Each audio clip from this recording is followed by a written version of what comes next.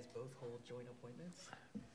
You're in education and you're in psychology also? Yeah, yes.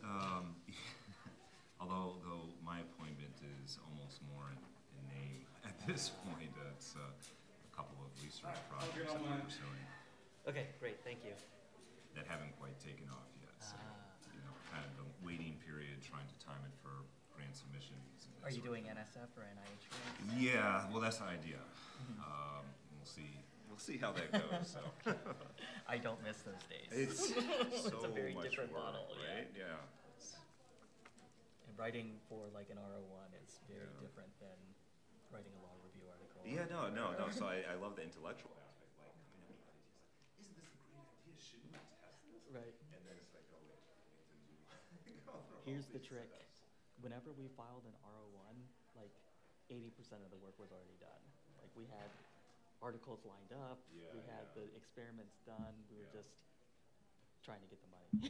Well, yeah, and that's sort of what's happening with our current project because it keeps evolving, I'll put it that way.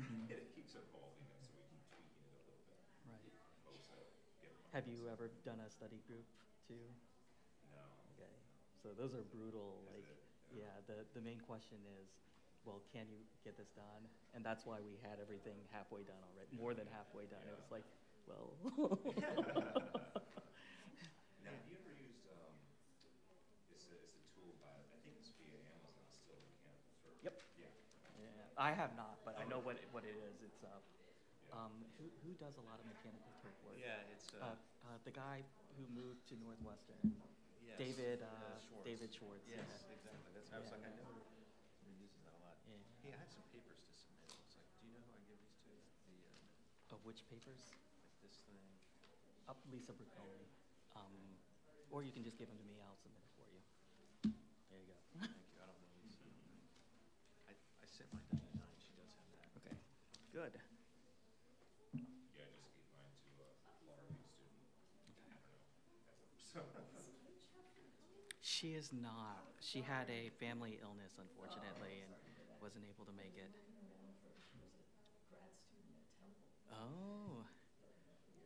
Okay. I know. Yeah, no.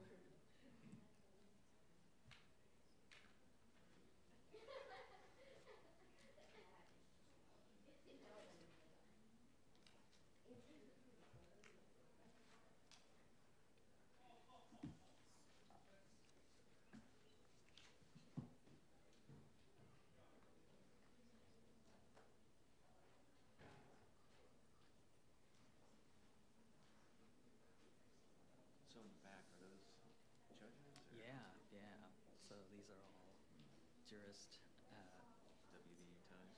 Yeah, Frank Cleckley actually was the first African American on the West Virginia Supreme Court, and after he retired from the Supreme Court, he joined our faculty. Oh, cool. I think I saw a display about it outside. Yeah. He died just very recently, like within the last 3 years. But he wrote the book on West Virginia evidence, like literally, and was very involved in Mountain State justice and legal aid, really serving. He was like our access to justice person.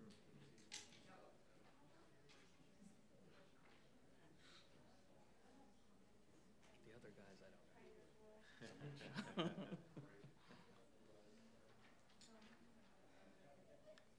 That one, they wisely decided they couldn't make more portraits that size, so they'd run out of space.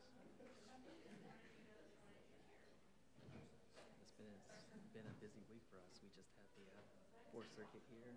Oh, did you? Arguments. In this room? No. Oh yeah, no. It was in this room. It was right up here, yeah. Nice. And then we're gonna have the West Virginia Supreme Court here next week. Wow. Yeah, that'll be interesting. Busy. Do you guys have sittings? Yeah, the Ninth Circuit. And I think the Washington State Supreme Court is good there too. We have a nice big courtroom. Yeah, ours is probably way too big. This is an enormous double level. Yeah, ours is double. Which is great in theory, but. Right. How many students do you have? Total? Oh gosh, that's the put me on the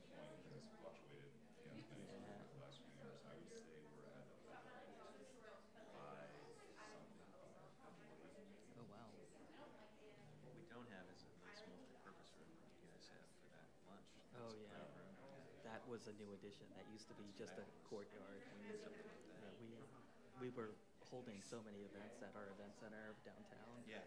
And oddly, we have to pay the university Yeah. to use that. So we're like, we're spending too much money. We might as well just build our own event center. We're in the same situation. Or we try to use a room like this, which is not conducive. No, for lunch or. Yeah.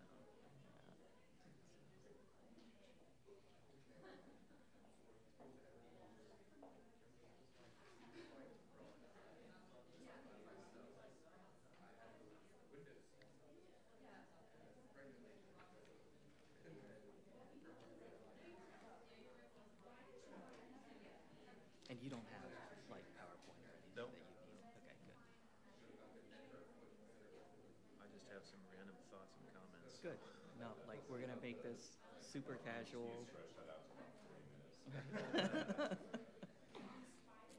And then I'm gonna open it up for questions from students because That's a good idea. yeah, I feel like they know this Right. this area probably are concerned about it.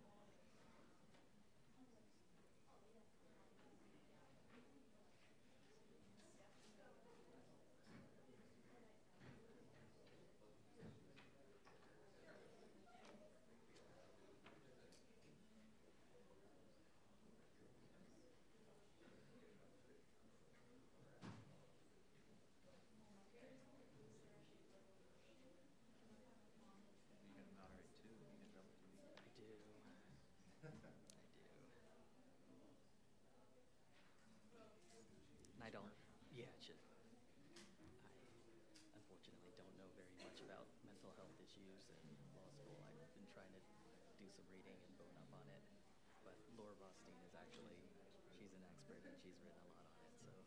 So I'm going to rely heavily on her for some of the stuff.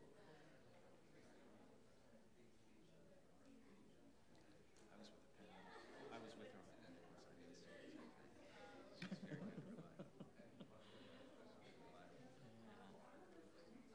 Her husband came with her, and I guess he's giving a talk at NIOSH. Oh, is that right? Yeah. He has a joint appointment. Well, he's actually in the school of medicine. So he also does. No, Louisville. Yeah.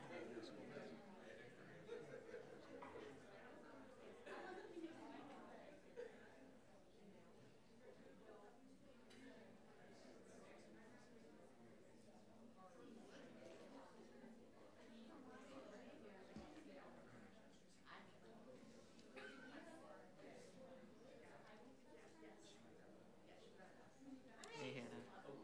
Hey, Andrew.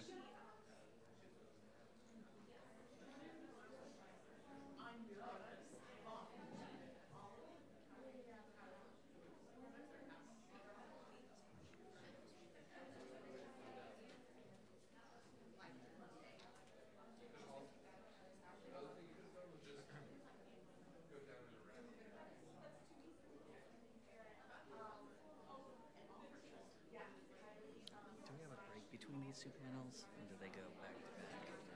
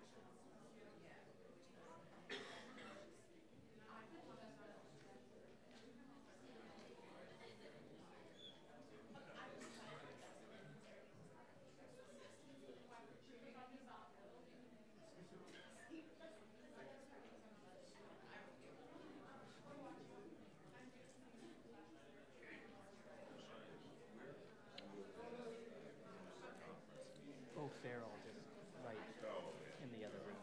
We're just gonna, make it a closed door. Let's talk about. No media. No media, right? Off the record. U.S. News would not be there. That's right. I'm told. So what do you guys think about the new Pine Online thing?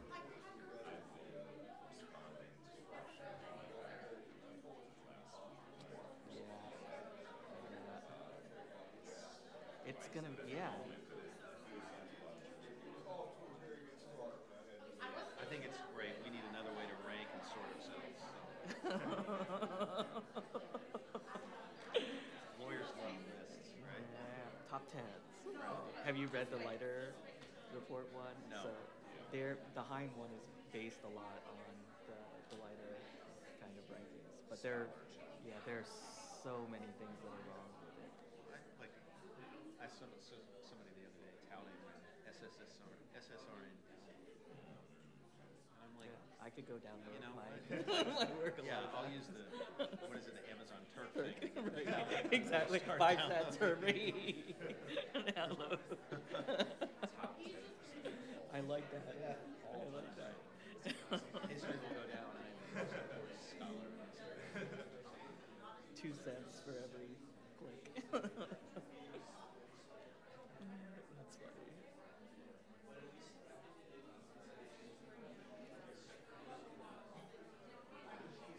funny.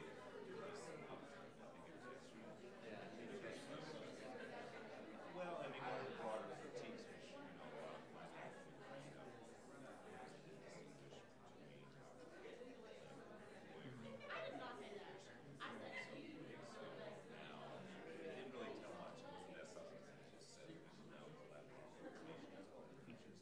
They were like, oh, wait a second, we forgot about that. Right. Doesn't We dumped it along. it doesn't count books, and it also doesn't count any interdisciplinary research that we like. I think that's a question.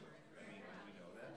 Well, if they use the high, Well, if they use that. yeah, that it's not, then that's not captured. The problem is when I like collaborate with economics people or public health people, it doesn't count to tenure if it's not peer reviewed. Right.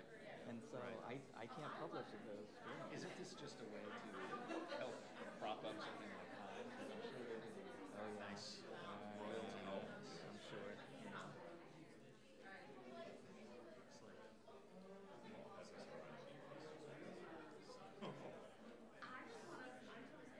Let me see. I'm not sure if Josh is. Okay, no, people are coming in still. I want to make sure that the morning session people give them another 5 minutes or so. do I have a chance to run to Yeah, the restroom? yeah, please do. If you go straight and then right to the Yeah. left.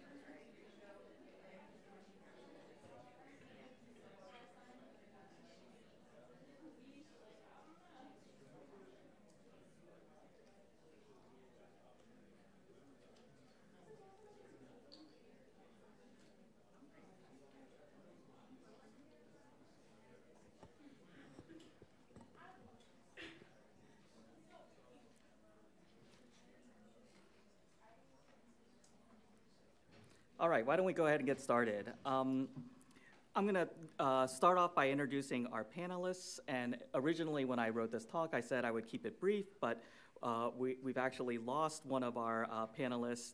Unfortunately, Dean Shafson couldn't join us today because of a family illness.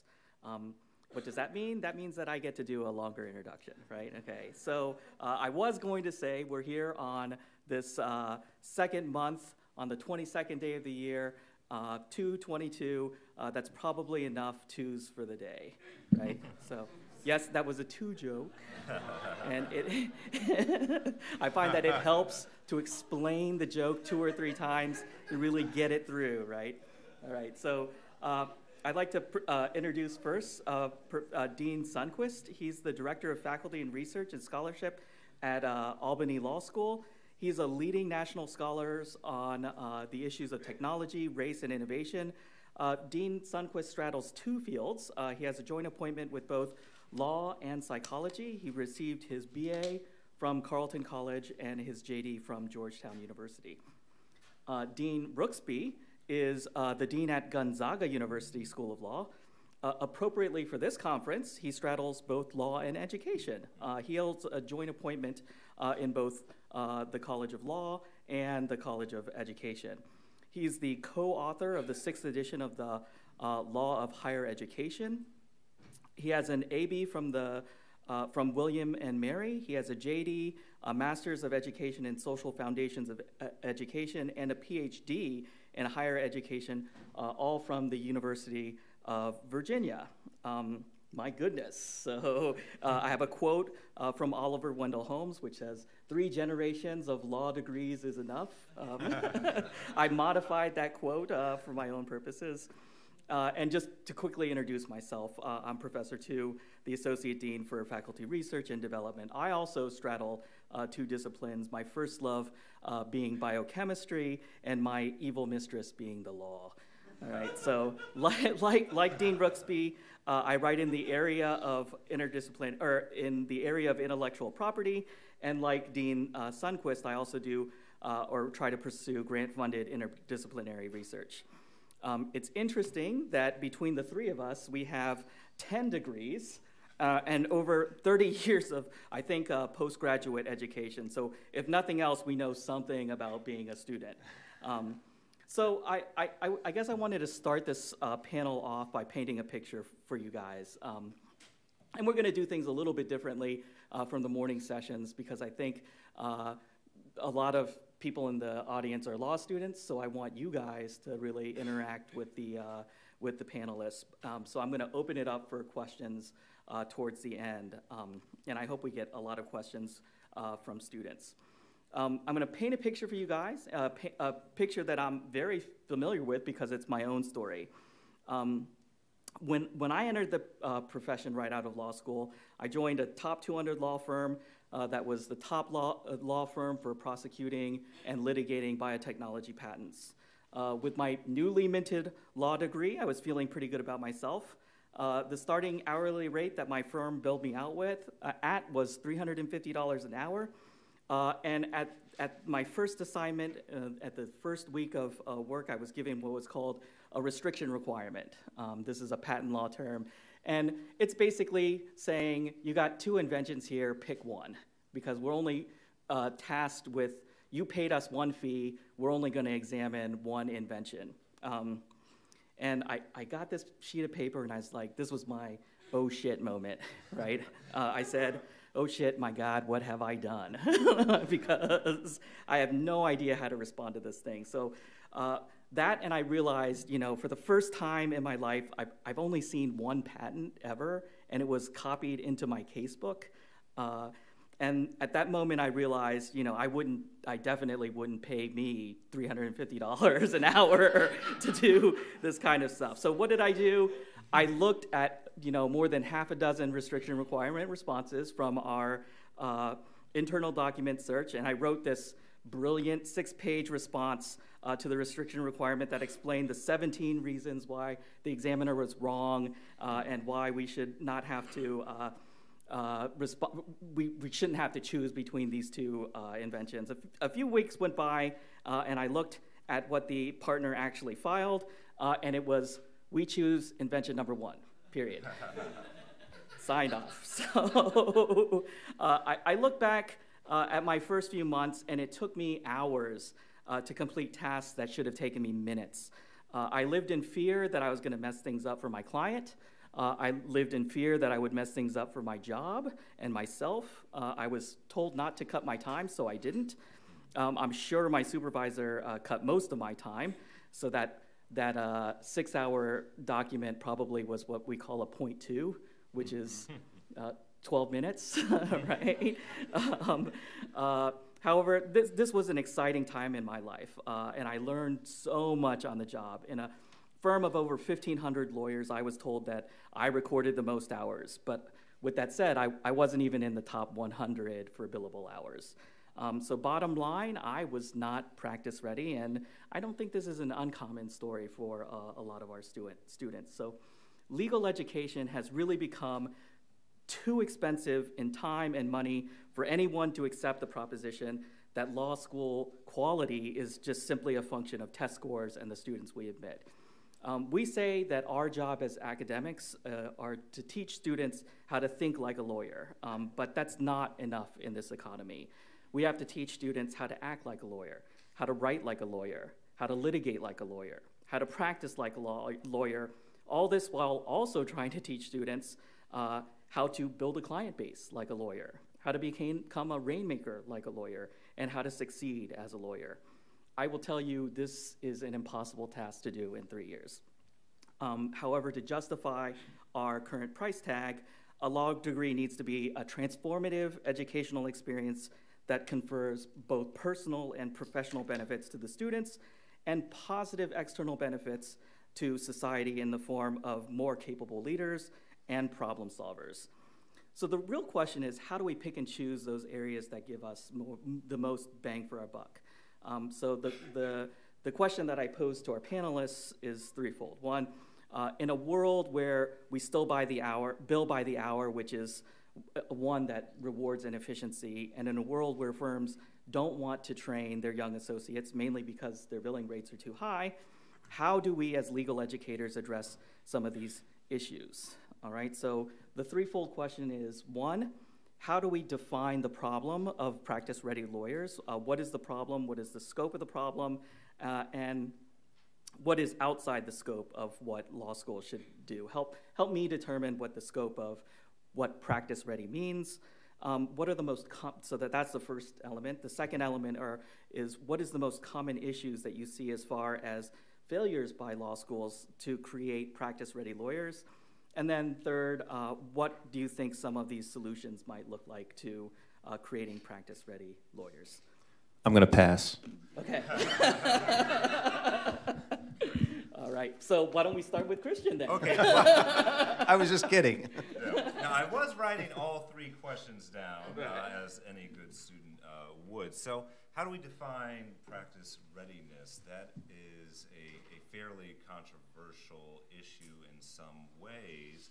I think one primary critique is that some schools, certainly not West Virginia, might use that term as a way to transform legal education into something akin to a trade school, right?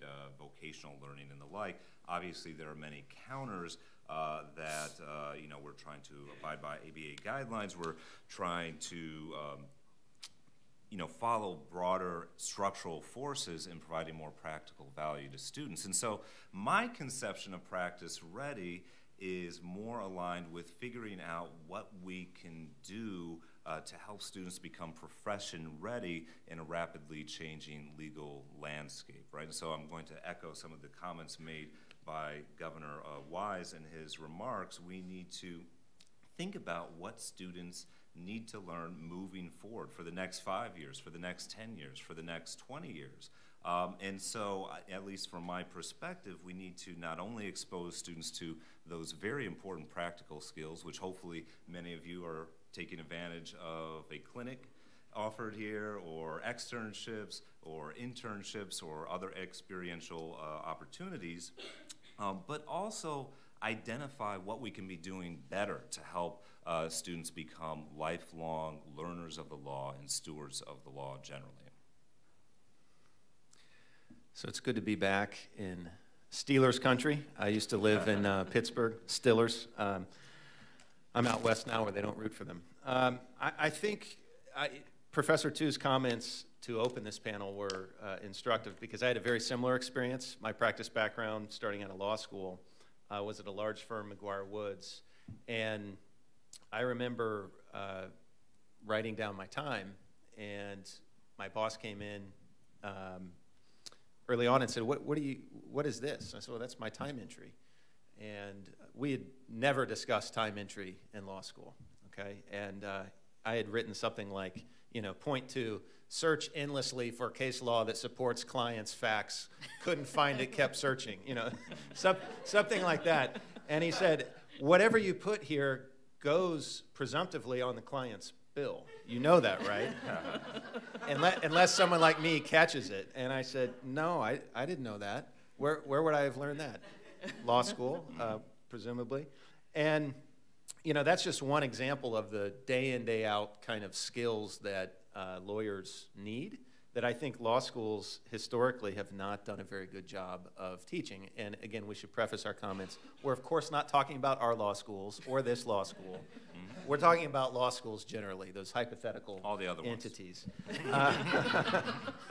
But I think the larger problem that I see, and something that you said sparked this thought, you mentioned that we're not vocational schools, right? And that's true, but we are, I think, it's without question, we are professional schools, which is very different than graduate schools. And yet, the whole history of legal education, I think, in the last 100 years has been built around this concept that law schools should be like graduate schools. In fact, in the halcyon days of the 80s, 90s, into the early 2000s, that's why a lot of people went to law school. They didn't quite know what they wanted to do in life. And it was seen as a very elegant, advanced liberal arts education. And for many professors, it was seen as, I want to be a professor. It's better to be a law professor than an English professor because law professors make more money. So let's pursue this field. And I think that's had some unfortunate consequences for our profession and what we do in law schools because the notion of practice readiness is viewed by some as icky. It's viewed by some as beneath them. And I have a lot of comments on that. I don't know if I should keep going on that thread or if I should cede ground, but it turns on what we're looking for in professors, right? What is an ideal law professor? And this is something that's I've given a lot of thought to most recently in my role as dean, but even prior to that, getting hired as a law professor and then being on our hiring committee at my previous institution for many years, seeing how that market works and what's prized in that market. And what's prized in that market really is scholarship, pure and simple. There's lip service paid to teaching potential or evidence of teaching capability. Some come in with it, some don't. But if you have really well-placed articles, we'll pretend that you're going to be a very good teacher. And that may or may not be the case. But what's missing from the discussion usually is, does this person understand the actual practice of law? And where is the evidence in their resume that would suggest that? At the most elite schools, it is the model that they hire professors usually right out of a series of clerkships. The clerkships tend to be appellate clerkships. And not that you don't learn something about the practice of law in those, you do, but it's very different than actually representing a live client when the deadlines are real and the problems are yours. And so I have a real bias when hiring in looking for professors that I think are, triple threat players. They can teach, they can write, and they know something about the practice of law, and they respect it. I always say to people, because I'd occasionally meet people like, why'd you leave the practice? I said, I didn't leave the practice because I didn't like it or I wasn't good. I just wanted to teach also. But I think we all know colleagues for whom that's not actually the case. They didn't practice or they didn't like it or they weren't good at it. And they become law professors because you don't have to practice anymore.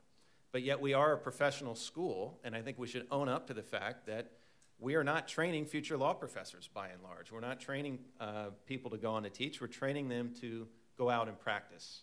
So we should have a real concern for how we're doing that, and we're doing it in the classroom. So I think the ABA's recent focus on experiential learning is long overdue. It is, in my view, appropriate that we embrace these forms of learning, but we're not doing it enough in doctrinal classes. And we're not doing it because often doctrinal professors are not well suited to integrate experiential learning or real-world learning into the classroom. So I always say, you know, you've probably encountered many people in practice, those of you in practice may have this view, where you hear them say, well, that's what you learn in law school. But let me tell you here, out here in the real world, this is how we do things. And, you know, it's like these two worlds exist, and they don't overlap at all. But I think law schools should ask, why is that, right? Why can't we not move those two closer together? It makes sense if we're just a graduate school that what you learn is what you learn in law school. But if it's a professional school, there actually should be some hand-in-glove handoff that's going on between what you learn and what the real world is like. And can't we imagine a world where somebody says, I'm prepared for this because this is what I learned in law school. Actually learned this in law school. Timekeeping. I'm still aware of law schools that either, they may keep time in clinics and other things like that, but they don't actually do it in a real way, right? Because they're not actually using the software, the timekeeping software that real lawyers use. They're using things like Excel spreadsheets or just writing it out longhand and handing it in to someone. That's not what many attorneys do at medium-sized to large-sized firms. They use software, but the law schools don't have it. Some might, but not all do. So, you know, if we really are truly thinking about valuing skills training, I think we have to fold into that how we hire and what we prioritize for faculty. And one more thing, and I'll stop talking. But when I was on the faculty at Duquesne, I taught torts, I taught intellectual property law, and I did that for 3 or 4 years. And I was having lunch with a local attorney in Pittsburgh, and he said, this is part of the discussion, you know, you seem like somebody who you practiced before, why'd you give it up, that sort of thing. He said, would you ever think about doing it again? I said, yeah, absolutely. I would love to think about doing it again. Long story short, I became of counsel at a firm, Cohen & Grigsby in Pittsburgh, and I started up a practice. Most people who are up of counsel, they're winding down a practice. I was starting up one in my mid-30s at that point. And it was the most rewarding thing I did because it reintegrated me into real-world problems in the areas in which I taught. And so I would be teaching torts in the morning and then at one point doing a deposition in the afternoon. And I became a better professor because I did that. And I was not too long out of law school or too long out of law practice at that point. And so I'm thinking, you know, why do schools not encourage that more? And there's a history where there's a problem, right? Because you go back, you know, decades ago, some people were just moonlighting as professors and were really just full-time practitioners. But can't we find that balance in some way and find a way to reward or incentivize that balance? Excellent. Thank you for those comments. I unlike Professor Rooksby, would not go back into private practice. No way. Could not pay me enough money.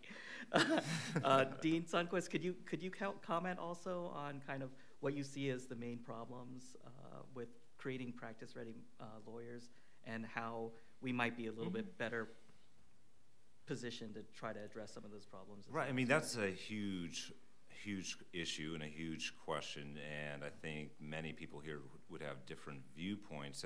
From my perspective, I think a lot of what was said earlier is absolutely true. There is some reticence amongst law faculty to change how they approach legal instruction, how they approach the material in a doctrinal class. But I also think that law schools have been fairly slow to shift from that traditional Langelian case method approach to legal education. We're seeing some innovations. We're seeing some innovations here at West Virginia and Albany and Gonzaga, I assume, and all the other great law schools. But I think what we need to see is additional focus on trying to identify, again, those skills that students are going to need, not only when you graduate in 1 or 2 or 3 years. I'm not sure how many 1Ls are here, but there are a few 3Ls are in the present at the moment, but also what skills you're going to need in 5 years or 10 years. And your dean wrote a really interesting article, I think it came out earlier this year, that essentially posited we need to think about what that creative law school of the future looks like, right? What does it mean to teach our students to have innovative skills? And at least from my perspective, technology is driving a lot of this change, right? So we have IBM's RAW system, which purportedly can reduce the number of hours junior associates spend on a matter by 30%. We have this JP Morgan coin artificial intelligence system, which supposedly can review documents in a few seconds, which ordinarily would take 360,000 associate hours to review. And I forget what your billing rate was, but that's a lot of money, right?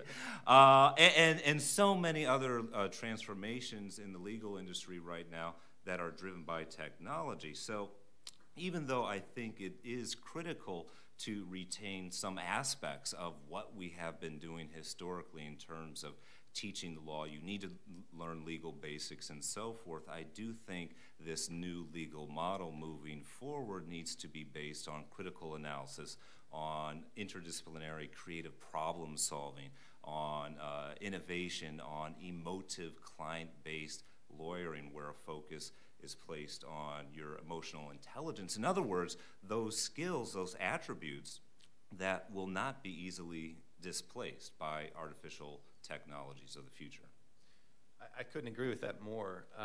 I graduated law school in 2007, and the first large case that I worked on was a bet the company patent infringement lawsuit. And it was actually pending in Abingdon, Virginia, and it involved Purdue Pharma. That was our client, makers of OxyContin. And they had been sued by another manufacturer, King Pharmaceuticals, for patent infringement.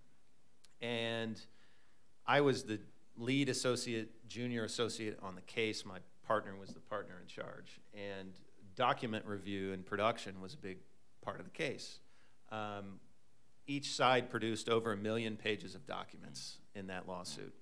And I'll never forget it. It was a formative experience for me. I was literally, fresh out of law school by the time the case ended. 2 years out of law school. Felt like it was 2 years of my life, maybe longer. But in order to get all the documents reviewed in time on the discovery timeline, we hired a team of contract attorneys. And this was late 2007, 2008. This is when large law firms are dismissing partners and entire practice groups.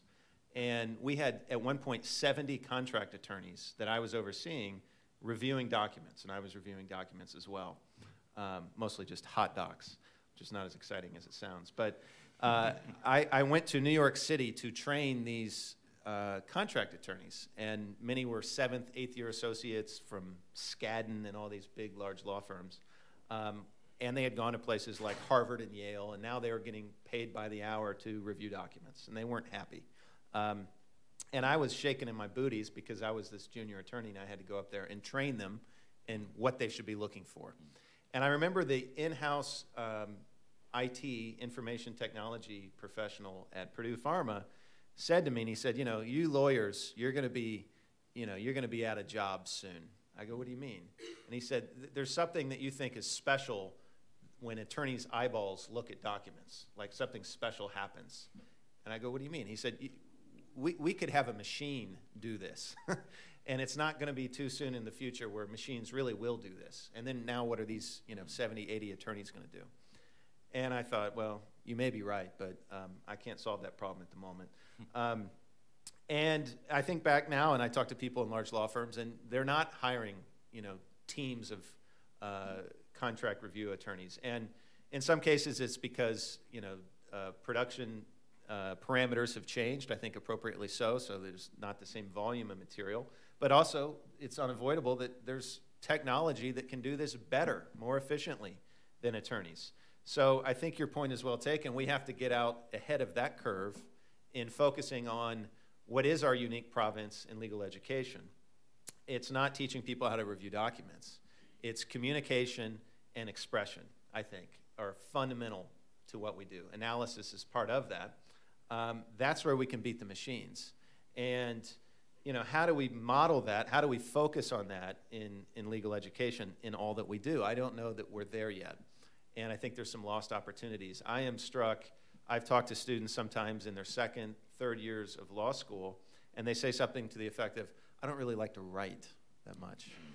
And I say, well, that's a problem. I hate to tell you, because what was it that you thought you were going to get paid to do? We don't do open heart surgery, okay? What we do is we get paid to write, to think, and to speak. It's communication. It's fundamentally about communication. And so when I encounter professors, again, not at my institution, but I say, I don't really focus on the communication because I want people to get the material out. And I'm like, yeah, but isn't that preparing them for a world that doesn't exist? Because judges care about communication, clients care about communication, and just because you're not a legal research and writing professor doesn't mean you shouldn't care about communication. That is really what we can own, because I think, for the foreseeable future, we're going to be able to write better than computers. We're going to be able to analyze and articulate better than computers, and so we need to own up to that fact in legal education. So Dean Sundquist, what do you think we should be doing? Like, what are some tangible solutions to this issue? Well, fortunately, I have so many answers, but no, I just have a few rough ideas, and I think this is a group effort, right? And so I do hope once we open it up to broader discussion that you'll not only have questions, but you'll have ideas potentially about what law schools can be doing better or differently moving in the future. I think first, I do have a few ideas though. I do think that we need to ensure that students have the ability to understand and also to utilize new technologies, whether we're talking about doc review technologies or otherwise, to provide legal solutions to clients. That can be difficult to ramp up. I certainly acknowledge some of the administrative costs in doing that, but I think it's critical to ensure that our students at least have some exposure to those new technologies that are being used in the field.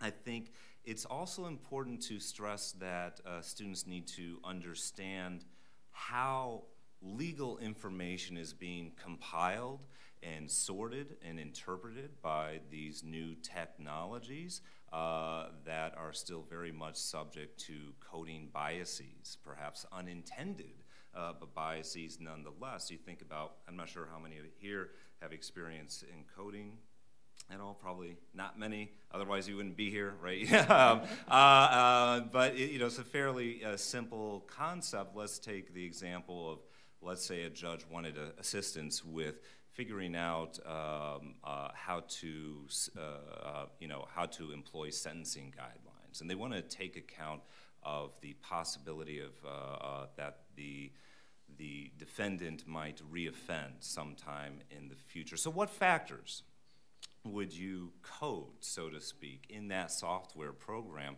to allow that program to come to some conclusion or some suggestion to the judge as to how many years this defendant should be sentenced to, right? And so you need to think about that. You need to, I think, criticize the underlying assumptions of much of this technology. Using that same example, there are a few software programs in use right now by many state courts. PredPol is one. There's another called Compass with one S, if you want to Google it after our talk, right now, but after our talk. And unfortunately, a review of the sentencing recommendations utilized by those state courts did find that the sentences that issued for non-white defendants were quite higher than the sentence recommendations issued for white defendants. In other words, if you check that one box that said black, your client would likely get a higher sentencing recommendation. So this is just a basic idea, right? So it's easy to be fascinated by these new legal technologies. I'm very fascinated by many of these technologies. I think they can have a lot of positive good in transforming legal practice and transforming legal education, but you have to critically understand what that knowledge base is and how it's being used. So I think that's one area in which law schools can do a better job. And I have a few other thoughts, but I think I've spoken a bit too long, or do I have time? I'll keep going a little bit. This will be pretty quick. And this is touching on some of the comments that have already been made, to engage in high-level critical analysis, right? The ability to develop, to understand, to articulate policy arguments. You already do that, hopefully, in many of your classes, to engage in complex oral advocacy. In other words, to have that experience communicating not only with your peers, but also with clients as well, and those opportunities need to be expanded to provide creative and innovative solutions to very complicated legal problems. What we're seeing right now is a lot of interdisciplinary work, so you're going to need to have those emotive and communication skills to work with non-lawyers sometimes, right? Maybe even folks who have an expertise in biochemistry or in areas that are frightening to you, and to work as a team to develop a solution to a complex issue that isn't solely legal in nature. And so those are some of the ways that I think law schools can respond to what's happening right now. So Dean Rooksby, what solutions is Gonzaga taking to beat the machine? Well, I've only been dean 8 months, so you got to give me a little more time. I will tell you some things that I think every law school ought to consider or ought to be doing. One, and this is, some of these are getting down into the weeds, and any dean or former dean will tell you faculty will only take so much in terms of suggestions for how courses should be taught. That's a whole other issue involving academic freedom that maybe we can talk about, how to implement these things. Because it's very hard to change habits, right, for people who have taught a course a certain way, and practiced 30 years ago. Are they really going to change? So I think there should be practice takeaways, or takeaways for practice in every course, and that should be baked into the learning outcomes for the course, no matter the course. If it's a doctrinal course, property law, contracts, torts. And so that's a fundamental change in how doctrinal professors may be viewing their subject matter expertise. I also think that a lot of what my colleague is discussing gets to the role that attorneys should be playing in society, and that is we need to be looking at attorneys as purveyors of the truth, and that requires truth-finding skills, and that requires some understanding of social science and how we are getting the information that we get. And anyone who's looked for information in Westlaw or Lexis knows that fundamentally it's a social science question, right? I have a problem. How do I find information that may support what I'm arguing for? But it goes beyond Lexis and Westlaw now, right? And it goes to the trustworthiness of information writ large, and how do we prepare students to use technology and to question technology when appropriate. I think we have to find a way to do that, whether it's a course or a seminar, I don't know. But I think in thinking about other forms of professional education, for example, medical education, they often have a culminating experience or test that is live in person with a panel of experts. And we don't do anything really that looks like that in legal education. We have this MPRE, multiple choice questions. You only have to get a small number right, and all of a sudden you're minimally competent to practice law. You got to pass the bar. But what about a capstone course that is experiential, right? That actually requires you to go before eventually a panel of people who pepper you with questions, and it's a three-dimensional type of problem. I think that could be a really interesting way to culminate law school. There's some law schools are looking at the third year and of doing more apprenticeship type courses in that third year, but most still aren't, right? Most still say, a la carte, take whatever electives you want. We got to take some experiential classes, but nothing that looks like a really rigorous sort of culminating experience that has elements of practice right in it. And I think that's something that we ought to look at. The other is, what we want to do as deans and as faculty. We have to serve various different masters, and we're going to talk later, I know, about U.S. News, which is a real elephant in the room. And they announced recently that they're going to create a separate ranking of schools just based upon scholarship. And if you drill down on the details, it's only certain kinds of scholarship. That law review article that's so prized, that's not read by anyone in practice. And this, Chief Justice of the United States Supreme Court can make fun of law reviews in a room full of attorneys, and everyone laughs because it's true, right? Nobody cites them. Very few people read them. Seldom do they change the world. Okay, maybe that's controversial, but it is in part a reality, and I think this is a law review symposium. This is sorry to my sponsors, but I've asked this question of our own law review at Gonzaga, which is what's the future of publications look like? If you look at long form journalism, take away the legal elements. Very few people read it, and it's hard to find places that have it. And you go back 20 years, there were more magazines that published long-form journalism, and now it's what can I digest on my phone? What can I digest on my tablet? And it can't be very long. Law reviews, I'm very thankful to be publishing in West Virginia Law Review, and my article's not that long. It's like 10 pages, but the gold standard is the 50 to 60 page law review article that is really a vanity piece for the professor to get tenure or to reify their status as an academic. That doesn't necessarily serve the profession, doesn't necessarily serve students. Why are we not encouraging more digestible, pithy pieces that might actually be picked up by practitioners and judges? Because the two are not mutually exclusive. I mean, academics can write short pieces. It's often much harder to write a short piece than it is a long piece. Long piece, you can just survey the landscape for the first 20 pages, and nobody even notices, right? In order to make your little small argument in the following 40 pages.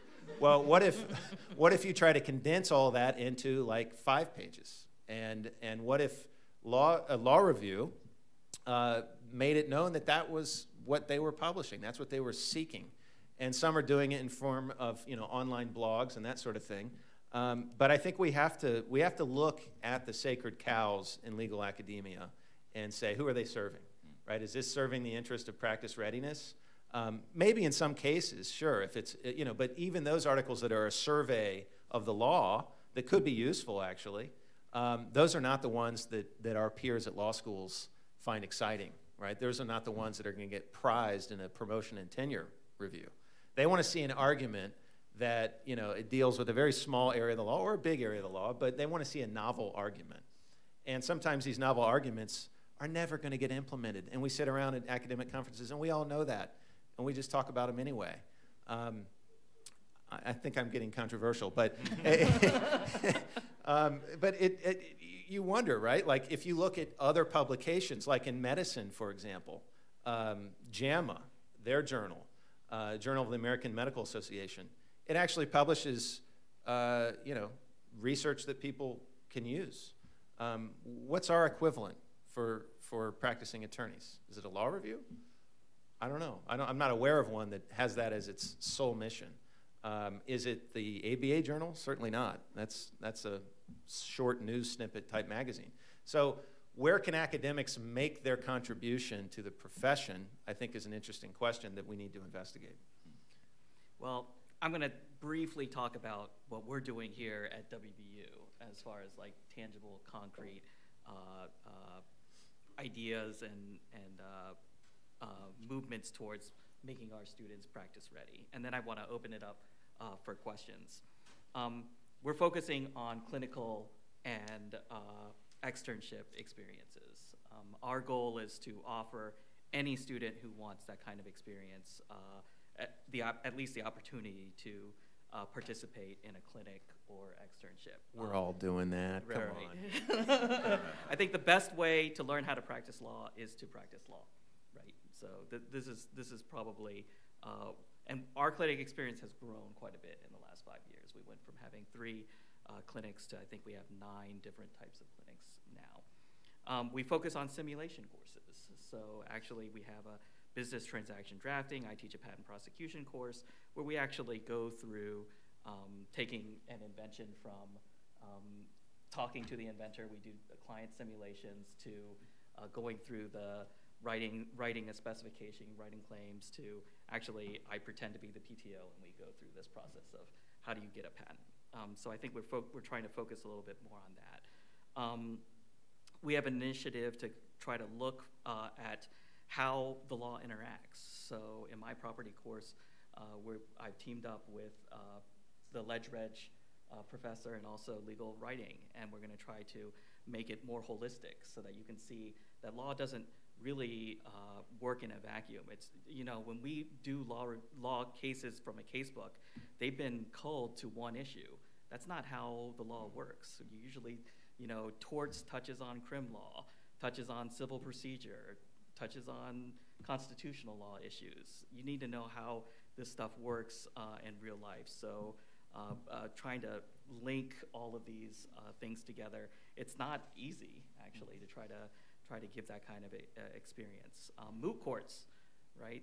We just had a success. So a lot of people, some of the people in the room have participated in our Supreme Court clinic, which just recently won one of their cases that the Supreme Court took on. So moot courts, again, is a great way to kind of get that experiential litigation. And then also one of the things that we try to do in our doctrinal courses is talk to practitioners. I know for my property law course, every year I call up like the big law firms in our state and say, what is it that you'd like our students to know about practicing the law? And sometimes I learn something new, like this Duhigg rule thing that I had no idea existed, but that's something that, you know, they said our students don't know and aren't prepared for, so I teach it in property law now. So those are some kind of more concrete initiatives that we're taking here. And is this the promotional piece of the panel? This is the commercial piece, right? I'll just add one quick thing, and I'm not sure if this is controversial or not. It is controversial amongst certain law faculty, but I'll say it anyways. I think we're coming to a point where those traditional distinctions between clinician and doctrinal professor and legal writing professor are beginning to fall away, and a number of schools are pursuing that, you know, to achieve something called unitary status. And I mention that because, you know, what Dean Tu, you know, referred to some of the initiatives you're doing, I think is relatable in the sense that even if a professor, such as myself, is teaching a doctrinal course like evidence, you have to learn evidence or crim pro, that doesn't mean that you are restricted from exploring ways to teach that material in certain interesting ways, right? To engage an experiential component to the classroom, perhaps, to incorporate simulation exercises and the like, a writing component, and vice versa, right? So in our clinic, at least, our clinicians, of course, handle really important cases, and I encourage everyone, all the students here, to take a clinic if you can. I don't remember much from my law school experience, but I remember the clinic I was involved with because there were real people with real lives at stake. You know, even from the clinical perspective, certainly that is a wonderful opportunity to think more broadly about legal policy and what the law should be. I think you're right that there's this movement of bleeding the boundaries between clinicians, legal research and writing professors, and doctrinal professors. And I truly believe that the unitary approach is the better way. And that's what I said earlier, this sort of triple threat, trying to look for someone to teach, write, and practice, or who has capabilities in all areas. The problem is these lines are, long-standing. And many on faculties who have, particularly in the clinical ranks or the LRW ranks, have fought for status, only now to see a younger generation of professors say, I want to do it all, right? They, oh, hold on a second. No, I fought to get us at the table, and now you want to like go away from this. I'm seeing that, and it's, you know, the systems are built up to have these be very separate fields, and really they're not, right? You know, there's nothing that says a clinician can't teach a doctrinal class, or, you know, LRW person cannot, or the doctrinal person can't do something in the simulation field or experiential learning. And I think law schools and legal education will be better if we find a way to create equal status among all such parties. Maybe there's an area where you're primarily, most of your courses are in this area, but you're not viewed as, oh, that's the, you know, the LRW camp, and this is the, you know, I had a colleague who, at my previous institution, referred to LRW as the pink ghetto, because that was where women were relegated historically in the legal profession. They would only be able to teach in LRW. And it was seen as lower status and lower pay, and you know, he fought to change that, and it has changed at many institutions, but it has this legacy of being viewed as such. With that, I'd like to open it up to questions from the audience.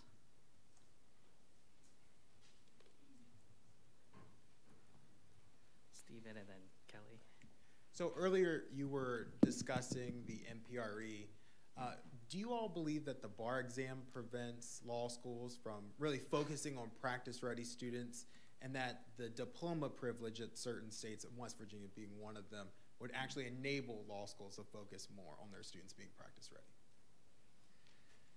Yeah, I definitely think that more states ought to have the diploma privilege. And so, for sure, this gets to the real world versus law school thing, right? And the whole teaching for the test and multiple choice, you know, I think there's no getting around that there needs to be some standardized testing before one graduates, but some of that could be done at the law school level, right, to really certify one's readiness for practice. And I think that would help solve a lot of problems too in terms of the debt that's incurred after graduation but before practice, because we're seeing many employers are not hiring until they know you've passed the bar.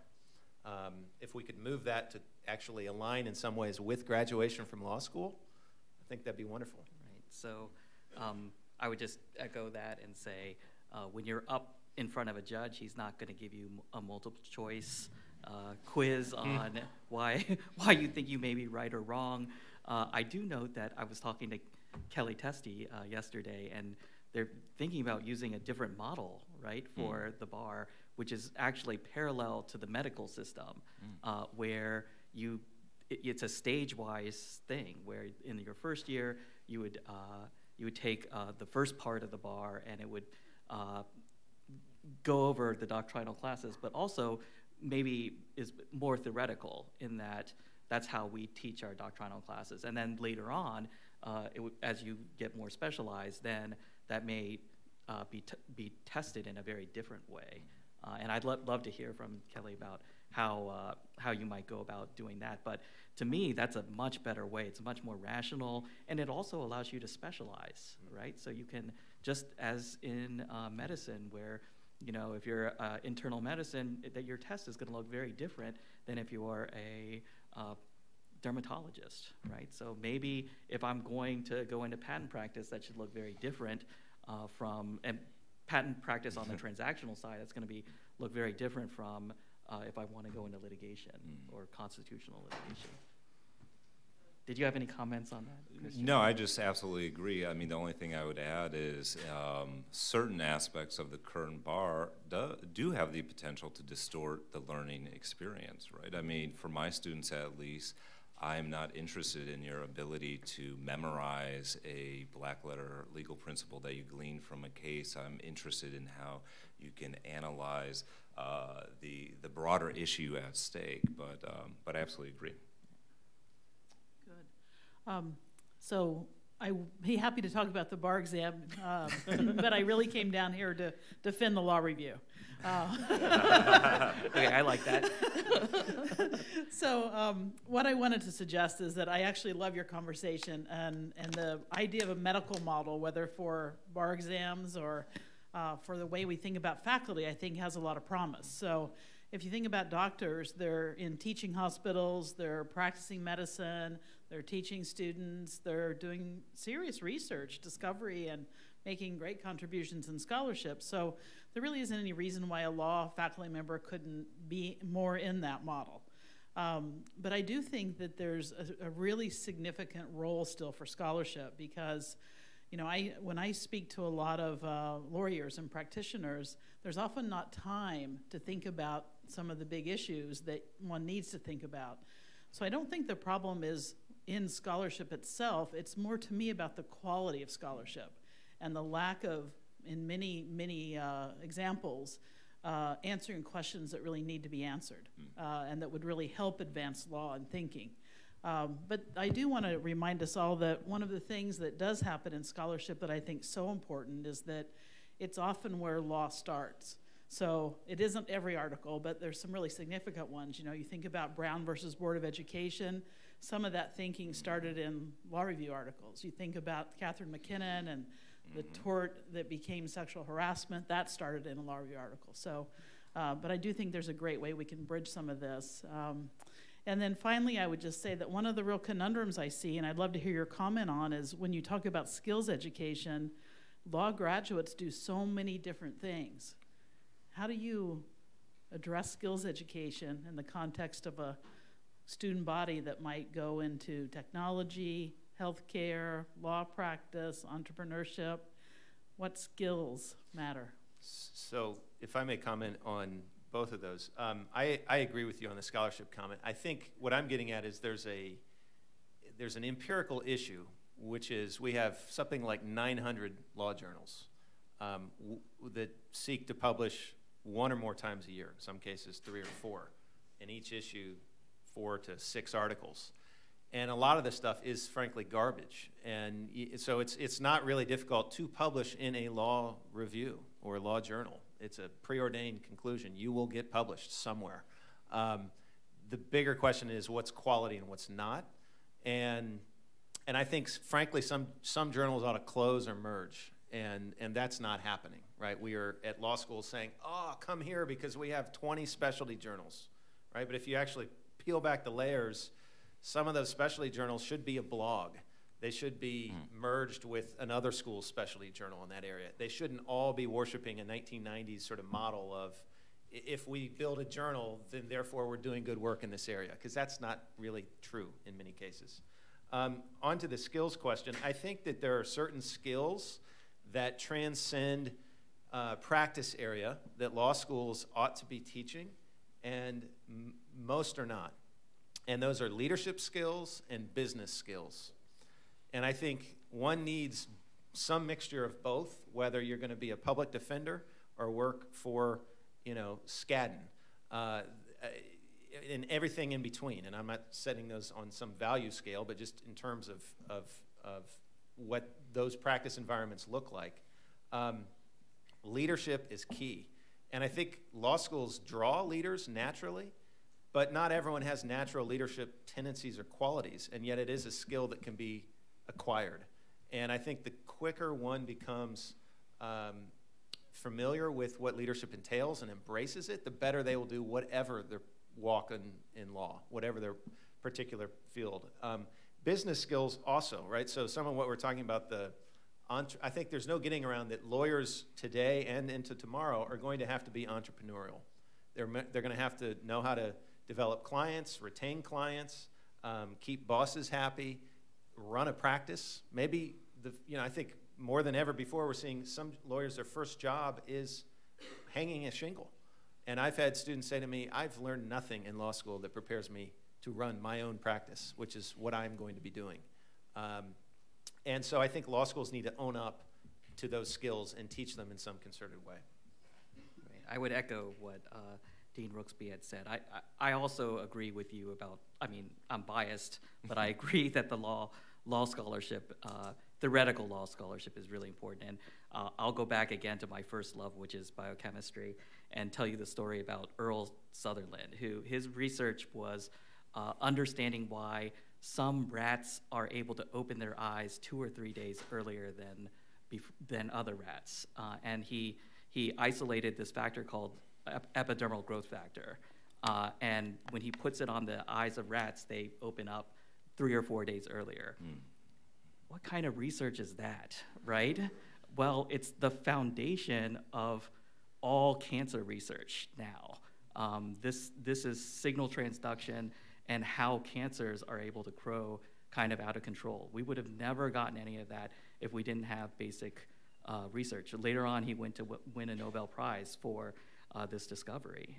And again, you might look at it from the outside and go, why are we funding research on trying to understand why rats open their eyes 2 or 3 days earlier? This is a waste of money.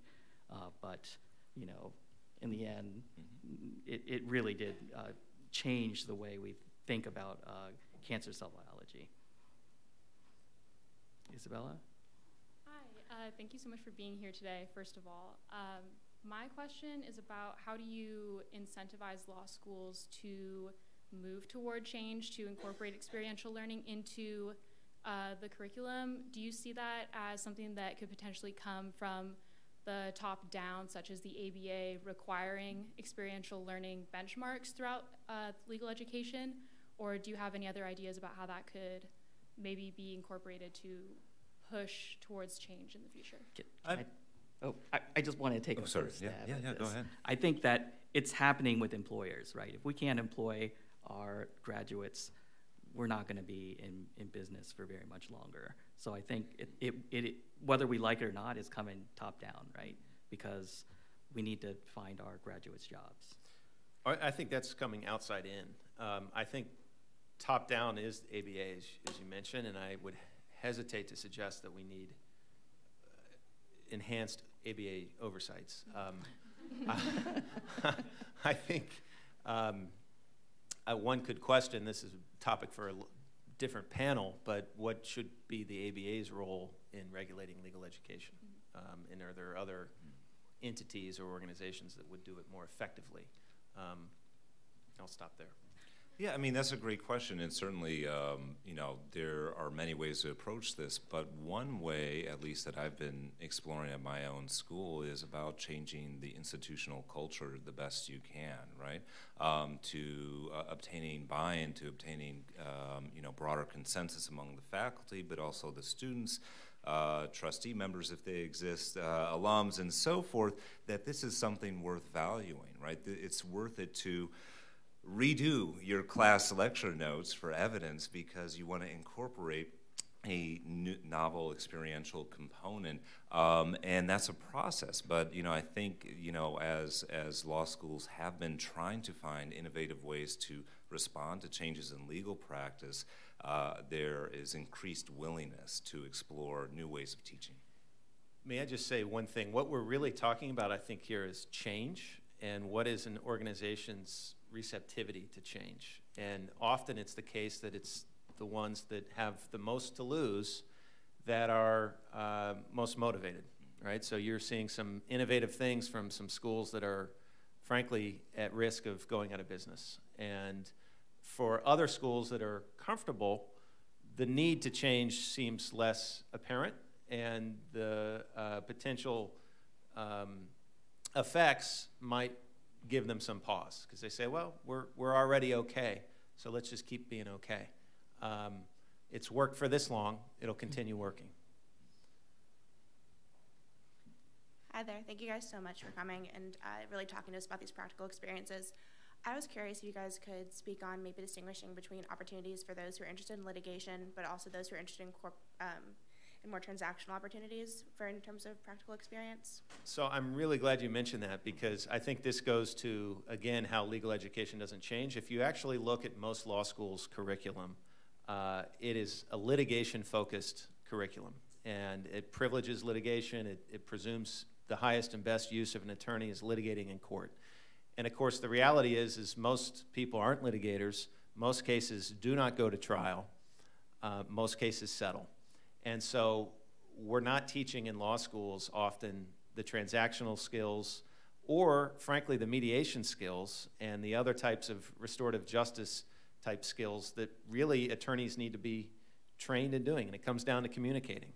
But we think right from, you know, the case book, the privilege of the case book, and everything is a litigated case where there's a winner and a loser, right? It's all set up for this battle that, yeah, battles go on, but a lot of things get settled short of the battlefield. And we're not really designed to, in most cases, prepare students for that reality.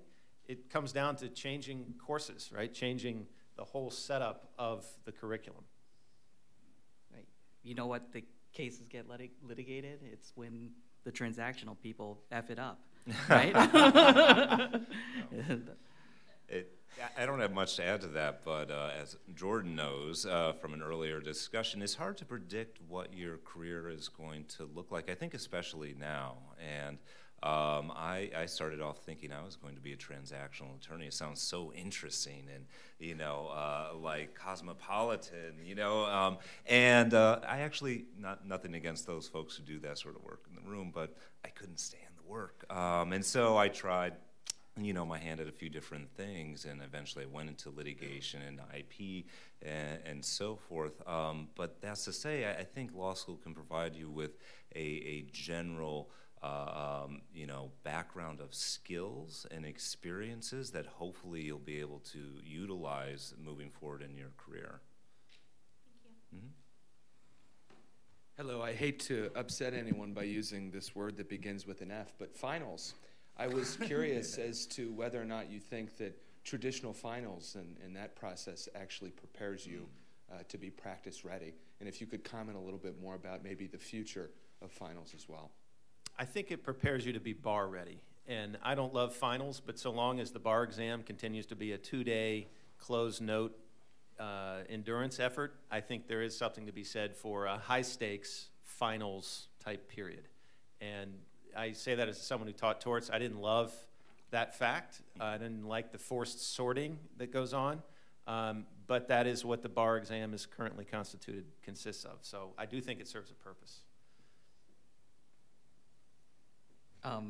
I would agree with Dean Rooksby. I would also comment, what would you call a 2-hour closed book multi-issue exam that you have to write down legal theories? If you were doing this in real practice, what would we call that?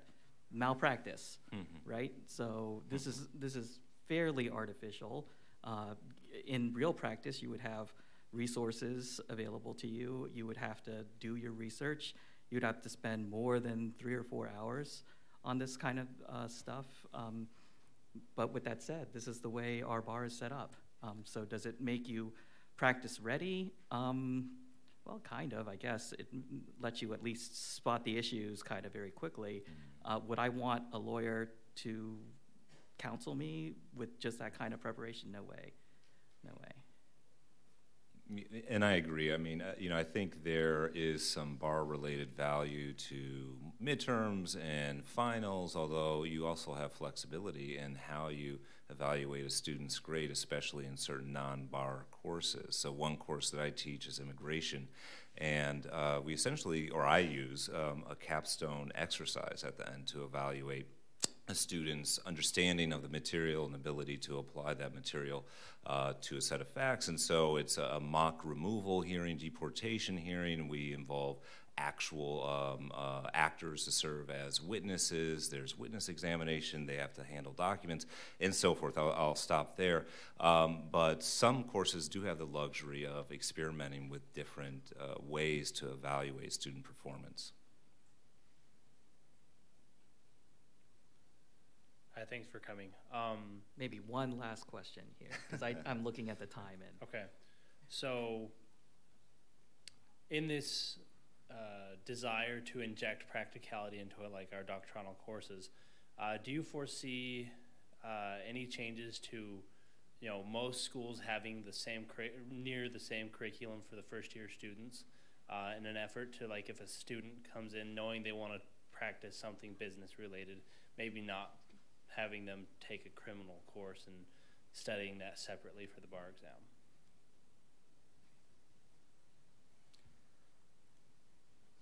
You want to take a stab? Okay, yeah, I would say no. Yeah, There's a reason why. First of all, you may come in with the idea that you're going to practice X in X area, and then you may realize that you absolutely hate that area. And you may realize after taking a crim law course, you know, that this is your new passion. And I think that it would be bad to come in that narrowly focused. And not only that, again, a lot of areas of law touch with other areas, right? So if you're thinking all I'm going to do is litigation and torts, and you don't understand the criminal aspect of it, you're really missing out on a lot of doctrine, a lot of public policy, and the same arguments that you would make in a criminal law aspect may apply in a tort law aspect. And if you just said, I'm never going to practice this kind of area, you would miss out on that. I agree. I think the first year courses provide a common language and building blocks for future growth and development. And if you look at other professional schools, it's like, you know, everyone takes organic chemistry in medical school. They take anatomy.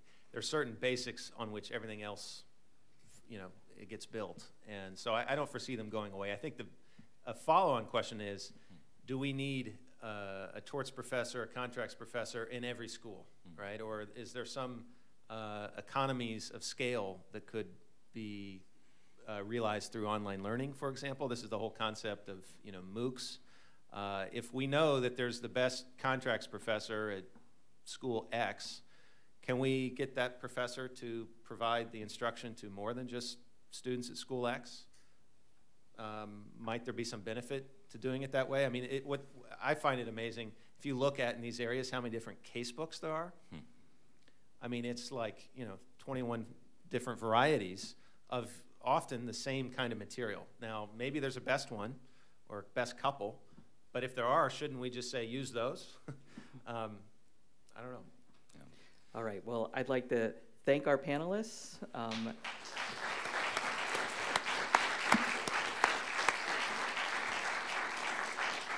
And we'll move on to our next panel.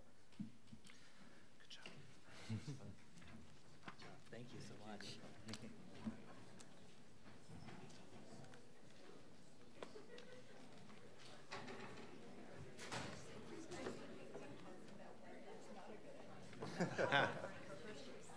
Good. Relating to mental health. Saying lots of controversial things. Yes. Where do you want us? Yeah, that's great. Great job, Fane.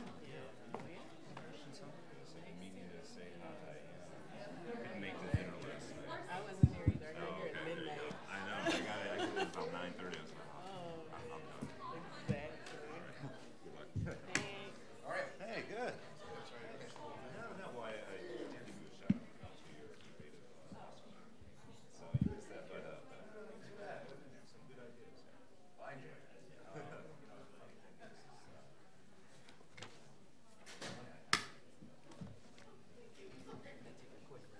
Oh, sure.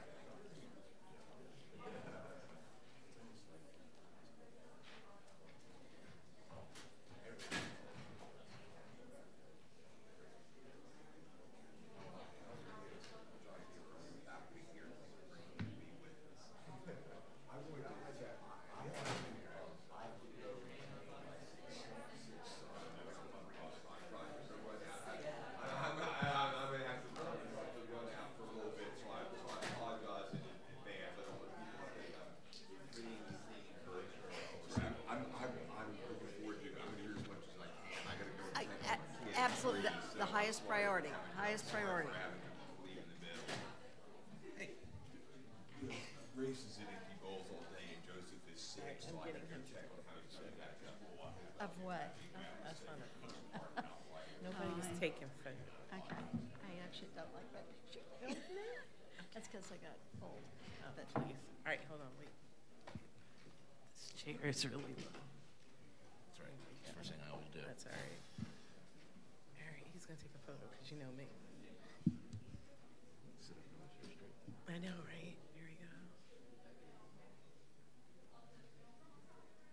Oh, look, he's really good at it too. Okay, it's fine.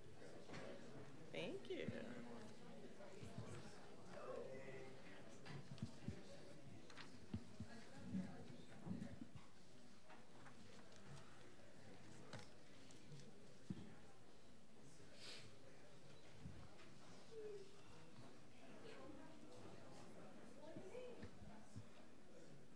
All right, why don't we go ahead and get started? Just as before, we have a great panel of speakers. I'd like to start off with Professor Laura Rothstein, who is the Director of Research and Faculty Excellence at the University of Louisville Brandeis School of Law. She has served in numerous leadership roles, such as the Dean, the Associate Dean for Students, and the Associate Dean for Graduate Studies. She writes on disability law, and specifically disability discrimination in higher ed. She has received her BA from the University of Kansas and her JD from Georgetown University. Next, we have Dean Conway, who's the Dean of the University of Maine School of Law. She received her BS from NYU and her JD from Howard University, and then a LLM from George Washington University. She focuses her attention on two areas: the role of public law schools in the larger community and the imperative to recapture the narrative of the lawyer and the legal profession. She has over 27 years of military service and recently retired as a lieutenant colonel. Her most recent article on legal deserts is an interesting multi-state analysis on access to justice in rural areas. I had no idea that Maine was the least densely populated state east of the Mississippi. Finally, we have our very own Professor Bowman, who is the dean here at the WVU College of Law. He received his undergraduate degree in economics and international studies, a master's of economics from the University of Exeter, and a JD from Northwestern University. He's a native of West Virginia and a nationally recognized scholar in international trade law and remedies. All right, I'm going to start with a fact that I read from Professor Rothstein's 2008 Law Review article. So here is an example of where law reviews are actually being used, right? The fact is that lawyers have a high rate of depression, close to 4 times that of the general population, and a higher rate of substance abuse compared to other professions. Law school attracts a lot of type A personalities. Everyone wants to be in the top 10%. So if 100% of people want to be in the top 10%, I'm Asian, so I understand math. This means that there are going to be a lot of people who are disappointed. 90%, in fact, will be disappointed. And those students, their expectations won't be met. Finally, when you become an attorney, we enter an adversarial system where there's almost always a winner and a loser, and it's very rare to win them all. Because of this competition and winner-take-all attitude, there's an air of anxiety that looms over every law school and continues throughout our entire career. These issues are compounded by the fact that there are very high stakes involved with the legal profession. And there's also real stigma attached to mental illness and substance abuse problems. This is profoundly important when your value add is based on your ability to make persuasive arguments and debating difficult public policy issues. We are in a profession where the stakes are extremely high. Failure to do your job properly can lead to people losing their money in torts, people losing their jobs in, for instance, patent litigation. Failure in your job can lead to incarceration in criminal law, loss of custody of your children in family law, or even in extreme cases, loss of your life in death penalty cases. This is just all to say that we as lawyers have the ability to do great harm not only to our clients, but to the public at large. The public policy balance that I see here is, how do we balance the concerns of the individual lawyer with the interests of the public at large? I want to focus on the issues that are present when we're talking about legal education and what kind of solutions you might have to deal with some of these real-world issues. So with that, I'd like to open it up. Okay, thank you. First of all, I want to applaud the planners of this program and the students who are involved in it and the faculty. This has been, I rarely get the privilege anymore of sitting and listening to such really good discussions all day long, because I'm usually busy doing 50,000 things. So I want to do a shout out to you, Dean, and so on. So thank you, and let's give them a big round of applause for that. And then secondly, before going into responding to the issues, and of course, here it is, it's Friday afternoon, and it's been a long day, and now we're going to talk about how depressed we all are.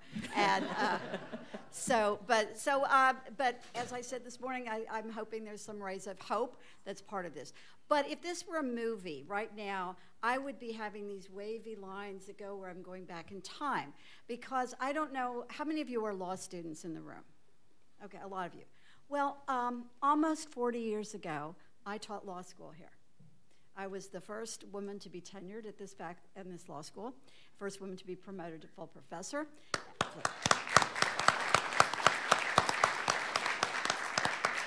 And my husband and I came here in 1980. We were here until 1985. We brought 2 young daughters here, and so I have such fond feelings about the school. I do remember actually teaching in this room.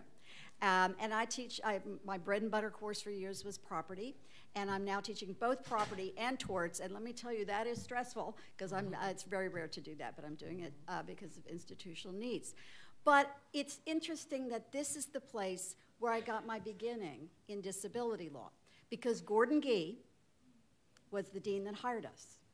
And he is now back. And so it's, sadly he's not in town today, but we'll catch up with him at another point.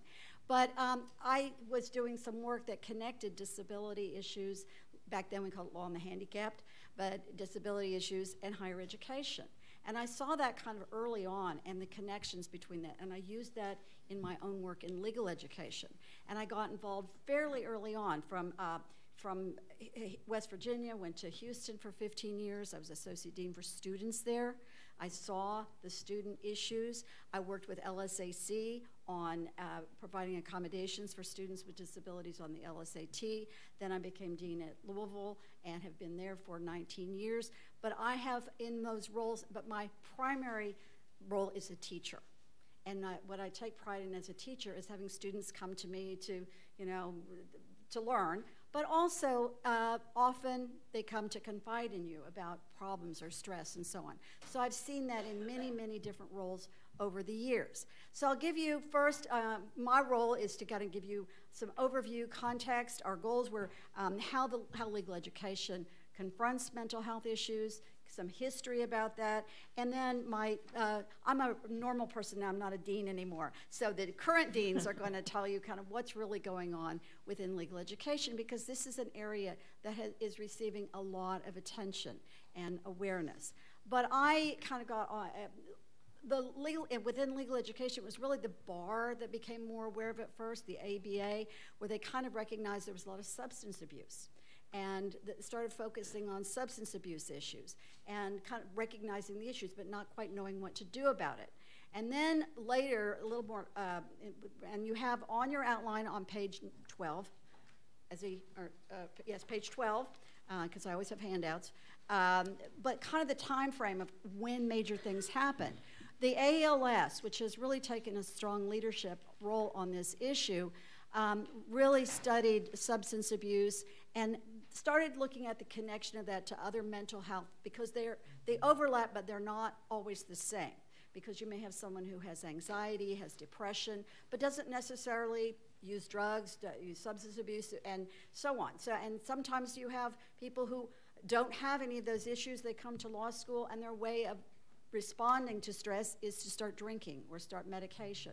So we're trying to respond to things that are related, but not necessarily the same. Within the legal profession, COLAP, which formed kind of early, and I was involved with Steve Smith early on and some other people kind of looking at how should we be dealing with those issues and how do we provide assistance to lawyers and counseling, and maybe there should be conditional admission. And so those issues have been grappled with over a period of time. And then later, there was kind of this connection, and this is where I actually have a little bit of disagreement with how the legal profession has, I don't know about its disagreement, I think we need to know more, where within bar associations, they said, I think we could help start counseling students. And my reaction is, do we know that practicing lawyers with alcohol problems or mental health problems have the same stressors as law students do? Are they really the right people? And what do they have in terms of training for peer counseling and so on. So I think those issues are still in play. But the recognition of the need to address it has received a lot of study. I wrote a very long law review article about that issue, kind of and actually a couple of them about law students and lawyers with mental health problems, but also about kind of the legal profession generally and all disability issues. But one of the issues that I have stressed for probably 30 years is that state bars typically ask, have you ever had, and they used to ask a much broader question. After the ADA passed, they narrowed it at least. Have you ever been counseled or been diagnosed as having serious mental illness or having an alcohol problem? And my problem with that is diagnosis and treatment are not what you should be asking about. Because if they ask those questions, we've argued that, and there's now evidence, there's been surveys that have been done on that. If we ask that question, and you all know they're going to ask that question, they're going to ask it of you, they're going to ask it of the law school, you don't want to go get help because you're afraid if you report that, you won't be admitted to practice. There's becoming an increasing awareness within the bar about that. Some states have changed. Minnesota asks nothing about that. And so I want to know from Minnesota, are you having more problems with lawyers being impaired? I don't think they are. But until we know that that's really protecting the public, I have a problem with states that ask about that. I was in Texas for 15 years. There was a group of us that worked for 15 years to try to get the Texas bar to change its question. Kentucky is somewhat better because it only asks, it says you don't have to include situational counseling. So if you have grief counseling or marital counseling, you don't have to report that. Texas had a question that said, have you ever been diagnosed or treated for paranoid schizophrenia, bipolar disorder, or any other psychotic disorder? And my students would come to me when I was teaching at University of Houston and say, you know, I was counseled for this. Is that another psychotic disorder? And I said, I don't know. I don't know what to tell you to do. Ask your treating physician whether you think you have to report that. We would tell the Texas bar this, and they still kept their questions. I have written to the Ohio bar to try to get them to change their questions. So that's an issue that there is an ongoing effort. The bars have changed it. They're starting to hear that. But before going on to our other panelists, there is another issue that I want to raise about lawyer well-being. And lawyer well-being is kind of the new, not so much new, but there's more recognition that instead of being reactive to people, lawyers and law students having stress, let's start thinking more about their well-being in the first place. You ask my students, every day at class, I say, what are you going to do today to relax? What are you going to do this weekend? And on the next, when I come back, I'm going to say, what did you do this weekend to relax? And to try to give them permission to take time for themselves and encourage them to do that. And there's this 97-page study, or 75-page study that's referenced on page 12, the link to that is excellent. It's a very lengthy study, and it gives specific recommendations for law schools, for bar reviews, but for the practice of law, about things that they can do to help students, to help individuals with their well-being and to be more mindful. So I read that this past week and was very impressed. David Jaffe, who's been a real leader on that, had a big part in that. I worked with him over the years on different issues. So that's so the good news for those of you who are law students is we're really aware of that and looking for ways to relieve your stressors. And many bars have taken those questions away. So if you are having problems, seek out help. Do not worry about that issue. I mean, because it is very, very unlikely extremely unlikely to keep you from being admitted. And when I asked the folks in Kentucky who did a talk to law students, and I said, it was asked, and they said, oh, that won't be a problem. And I said, but they don't know that. They don't know that. So please try to change the question. And some of them have. So there is improvement in that. So one final thing I'm going to say that kind of segues from our last panel was about this issue about what we should be training, what we should be teaching. And I recently looked at a an article that was written in I think it was the Bar Examiner, about attributes and characteristics and skills that are important for lawyers. And one of the things they look at is, have you practiced before? They're actually more interested in whether you practiced than your law professor's recommendation, which I thought was interesting, because they want skills.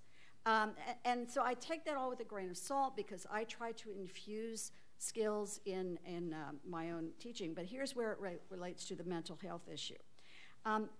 Legal education is now, because of resource issues, really thinking more about doing more online learning and more distance learning. And I'm not opposed to that. My dean keeps saying, that I don't like technology. I actually am not anti-technology, but I'm very mindful about how balanced we should be when we use technology. And I really will resist for a very long time teaching first-year courses, and this is where Jacob and I would maybe disagree. I guess I wouldn't have a problem with one of your classes being taught as an online class. But first-year courses are where you not only learn about what the elements are of contract and torts and property, but also where, as a professor, I see you in the classroom. I interact with you. You come to my office. You tell me things that are interesting about yourself. I can observe characteristics that I do not see how you would pick up in an online course. And I think there's really a good place for those in second and third year classes, but those interpersonal skills, I think, are very critical. So here are some characteristics that I want to know how you're going to pick this up on an online class. And these were identified in the Bar Examiner. That students arrive on time for meetings, appointments, and hearings. Now, if you're out in some Skype place, I don't know whether you're really there or not. You may have like a statue of you. Treat others with courtesy and respect. You see that in a classroom. I don't know how you see that. And you can tell me, oh, yeah, there are ways you can do that. And I have colleagues who, listen attentively and respectfully. Regulate emotion and demonstrate self-control. Speak in a manner that meets legal and professional standards. Exhibit tact and diplomacy. Those are all things that are important for our mental health, for our interaction, for our interpersonal relations. So this is where I'm kind of throwing into something that was from the last panel about what we should do. And this is the good news, the ray of hope, is we've really recognized this as an important issue within legal education, and there's lots of conversation about that, not just within student service providers, but among deans, associate deans, faculty members. So we are trying to be mindful about being mindful. So I'll turn it over to my colleagues. So spoilers, that whole list that she talked about, I was none of those. And I made it. And one of the things that and I'm serious, I'm not even joking, I'm actually for real. I had no tact, I had no understanding of how to speak to anyone. I was often quite nervous. Were you always rude and disrespectful? They still say I am. So, seriously.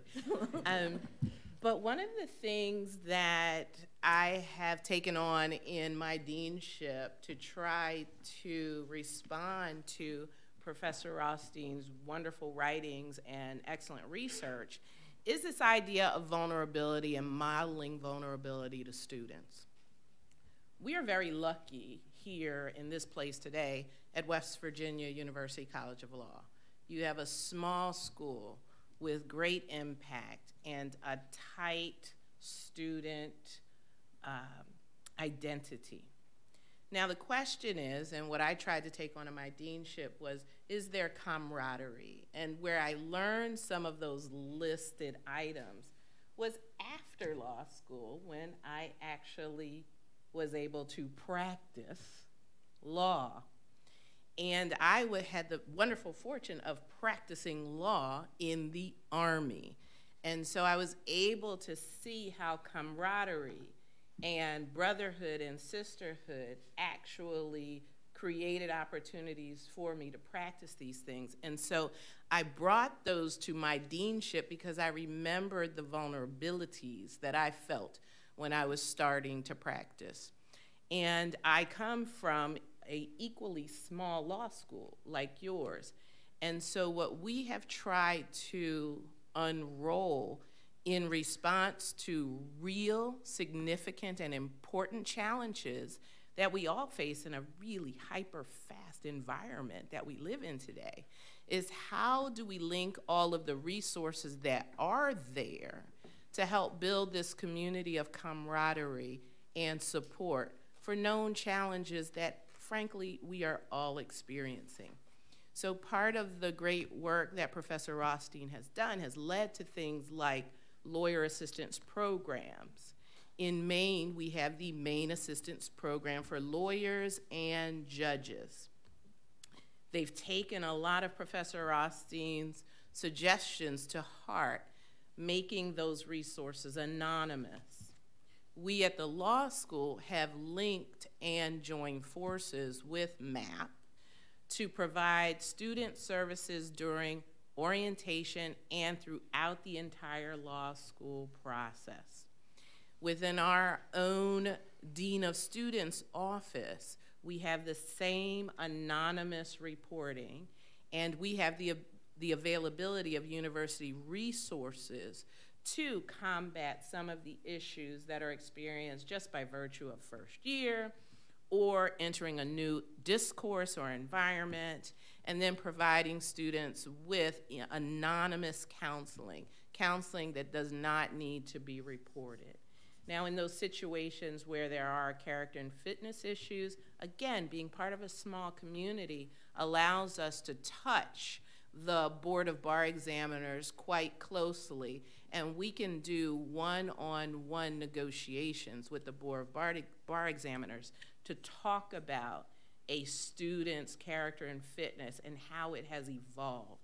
I think that's harder in a larger state or in a state where there are many law schools because you get inundated. But thankfully, being part of a small community, we can do that kind of work to support the student.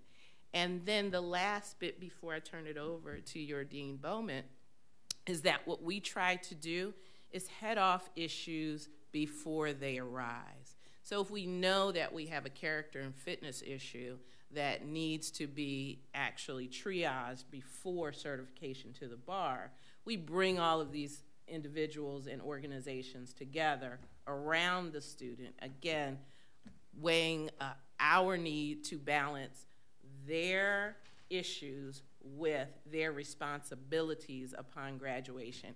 And we've had really great success with hearings pre-graduation for certain individuals in our community. And I will say this, it's given our students a sense that they can show their vulnerabilities to us and then trust us to help them find the resources that they do need. So thank you for all of your great work. Thank you. You can clap, it's okay, go ahead. Well, thank you, and I want to thank my fellow panelists.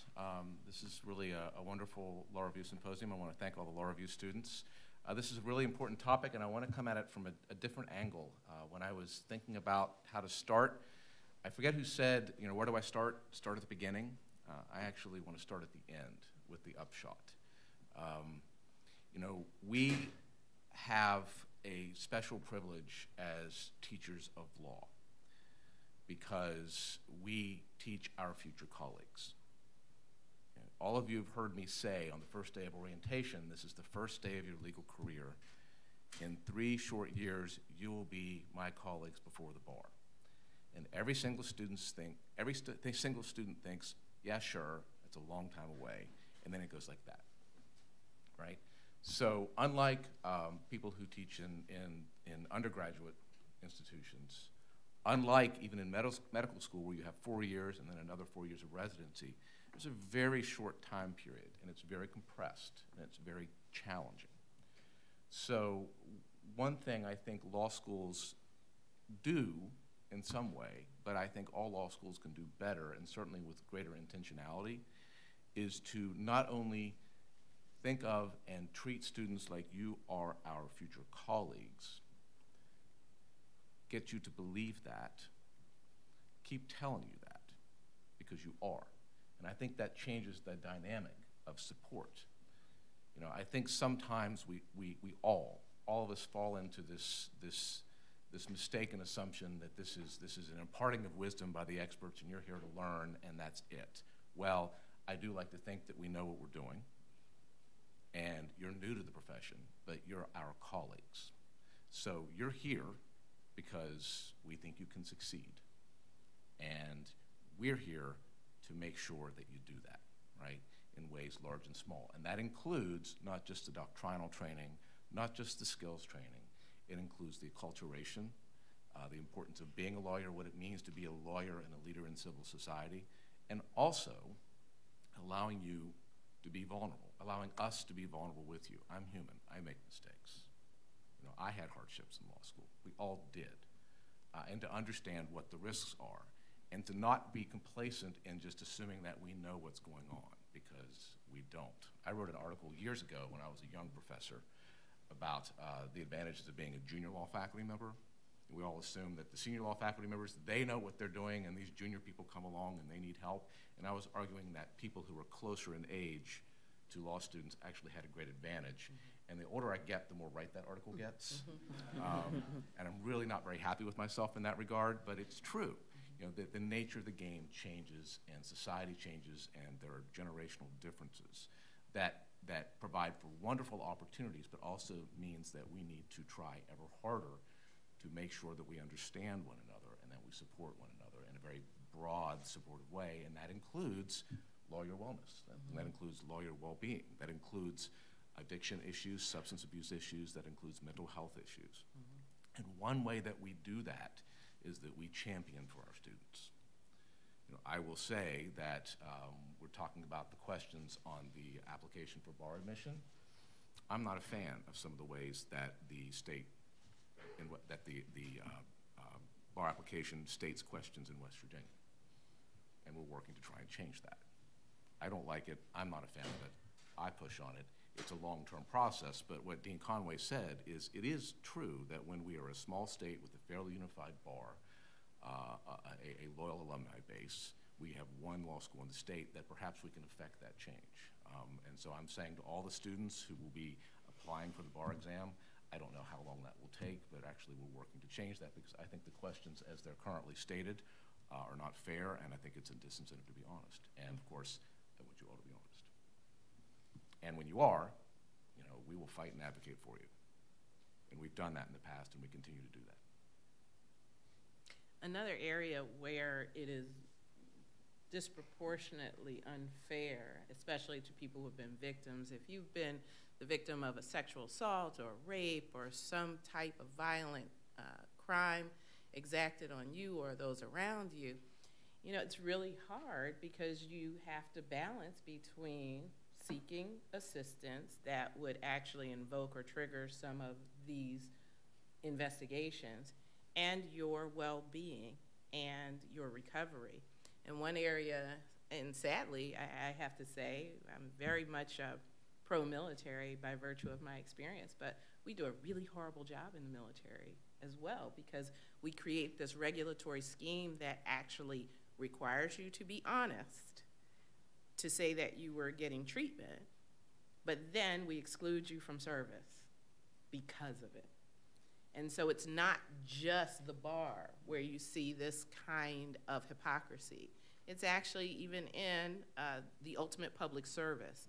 And so just be mindful that it does crop up in other areas as well, which is yet another reason to fight it as vigorously as we are fighting it, so that we can prepare a more equitable regime for you to actually serve in these various capacities. But in doing that, the challenge is to do that. Sometimes you gotta know when to fight, and sometimes you need to know when to mediate. And sometimes it can take some time to do so. I think as lawyers, we're trained to be advocates, and we're trained to persuade, and to know when to do what is the challenge, but to continually push, sometimes in the open and sometimes quietly. One of the stressors I've observed that has changed so much over time, because I graduated from law school a long time ago. I remember watching the very first prototype of Westlaw being used, and it took like 20 minutes to churn out a nano thing of information, and wow, we thought that was really amazing. But technology has changed, and it is really, really changing fast. And there's great things about technology. I love the Google machine. Because I can find things, but I also think because of my age, I've distilled an ability to kind of winnow out what, oh, this isn't right. This is, what they're showing me that I don't buy this. But a skill that I encourage you to try to develop that I think will help relieve stress is not being so attached to your cell phones, not being so attached to your technology. I tell my students, I said, go walk your dog and don't take your cell phone when you walk your dog. Go do something without technology attached to you. Doesn't have to be a long amount of time. But I find that one of the biggest challenges. I have the fortune of not having developed those skills because we didn't have any option, because we didn't have all that technology. But I recognize that is difficult for you. And I have 2 daughters that are adults, and we talk about those things as well, and with law students.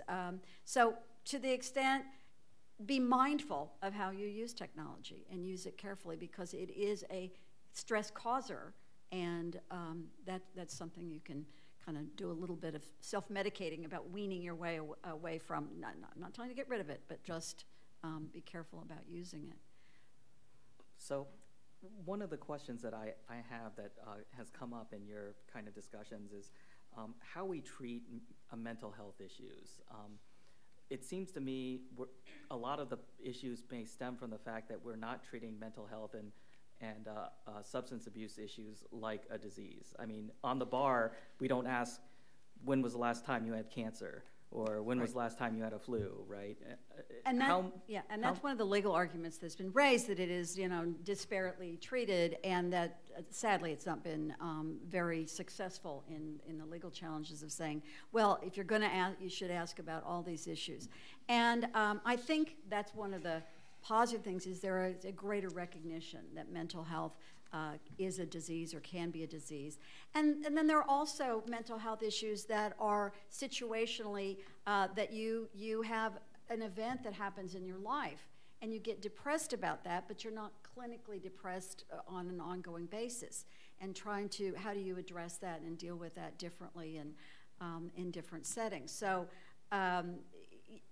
yes, that is a problem, is that societally there is not that recognition, but I think the stigma has changed and evolved and is moving in a positive direction. I don't know if you agree with that or not. Did you finish the question? Yeah, that was the question.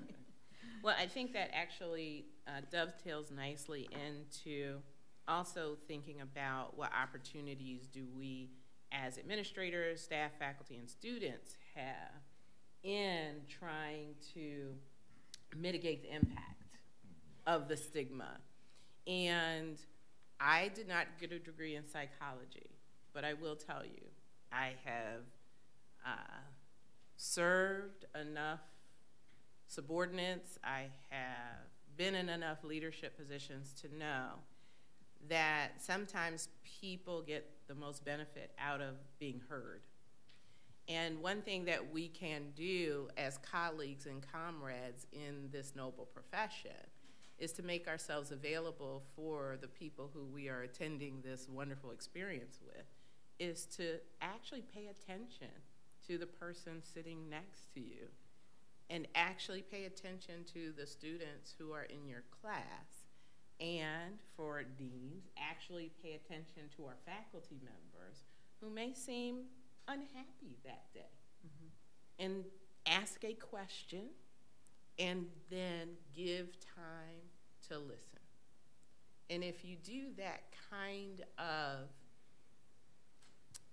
friendship nurturing, colleague nurturing, there are a lot of the things that are situational can actually be handled at the lowest possible level and don't rise to a systemic or chronic situation. I think that's right. The power of listening is particularly important in today's culture, where you are so busy, and we all are busy, and we're all on our phones, and there are lots of inputs. There's sensory overload. And then we get so used to that when it gets quiet, we're disquieted by that, right? We, what do we do? What do we do? What do we do? It's quiet. So being able to listen and be mindful and in the moment is more important than ever to support each other. One of the things that I found most liberating when I was a younger teacher is the day that I realized that for any given subject I was teaching in class, for any given case, there was somebody in the room who knew something about that topic more than I did. And that was really freeing, because what that meant is I brought the class and the students into the conversation more. And that was good for me, it was good for them, it was good for the community, it was good for the culture that we were building in that class. And writ large, with law school, the same thing applies. You know, we all have challenges of all sorts of types, and some may be situational, and some may be not, and some may be physical, and some may be not. But listening and asking and responding and trying to build that, not just the culture, but the systems in place that allow that and encourage that and reward that. You know, we're a profession, we train, and I tell students this all the time. You know, if somebody comes to me with a complaint, the first thing they say is, what?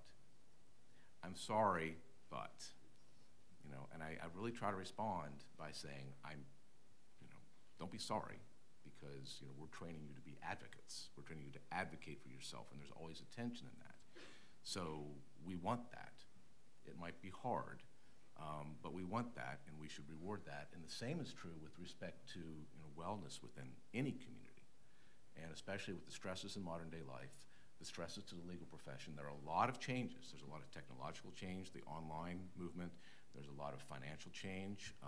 The nature of the legal profession is changing before our very eyes. All those stresses mean it's even more important for us to think of ourselves as a community, in a physical sense within a building, but also as a profession. And that supports wellness in a very large, significant way, and it allows us to more effectively address situations where there are, you know, wellness challenges faced by a particular individual, be that person a student, a staff member, faculty, you name it. And all three of us have the privilege of being at small law schools. And I'm at the Louis D. Brandeis School of Law. Louis Brandeis is one of the top 100 judges in the history of the United States and the top 100 lawyers in the United States, and he's the only person who's on both lists. And he is buried at my law school, and I'm reminded every day of his wisdom. But he thought law schools should be small. He was very proud that he was from Louisville and chose to be buried there because he really valued that small community, the basis of knowing each other. And so that's something to take advantage of. And to know, now University of Houston was a larger law school, but when I was Associate Dean for Students and in my property class, I always would tell the students, don't ever walk out the door and drop out without talking to someone. It can be me, it can be a professor, it can be someone. And one year at graduation, students said, thank you for saying that. And I said, well, you never came to see me. She said, but I knew I could. And we want you to know that you can. So. And when we're busy, we don't always perhaps say that as well as we should. But you know, our challenge is to make sure that that message constantly gets out.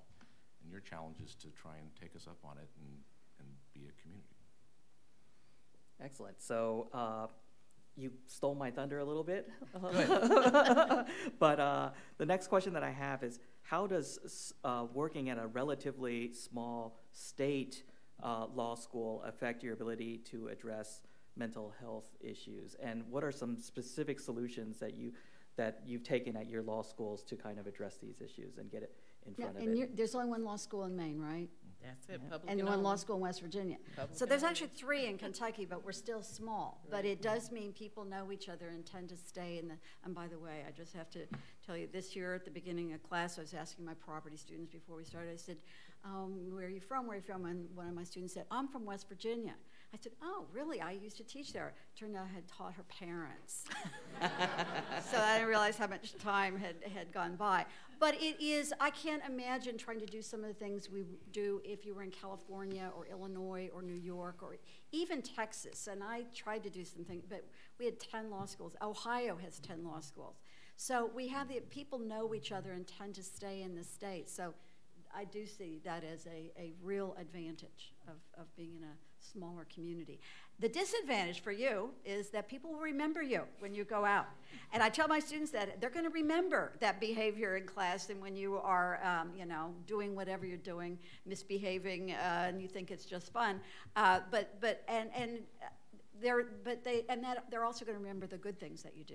And they'll help you out in litigation in terms of be patient. Oh, I need a wait a couple days, and yes, they'll understand that because smaller communities are a real benefit. So, I grew up in a town of 5,000, so I understand that. Yeah, and there's a preventative, and then there's a reactive. Yeah. So the preventative are all the things that you're probably experiencing here. Your faculty serve as your advisors, so we have a very formal faculty and staff advising program.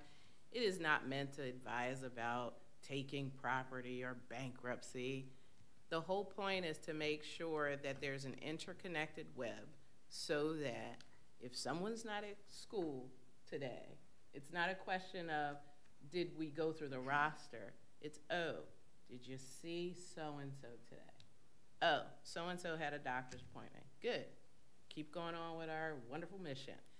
It's this informal connectivity that we weave into our process of advising, just so we keep eyes on everyone.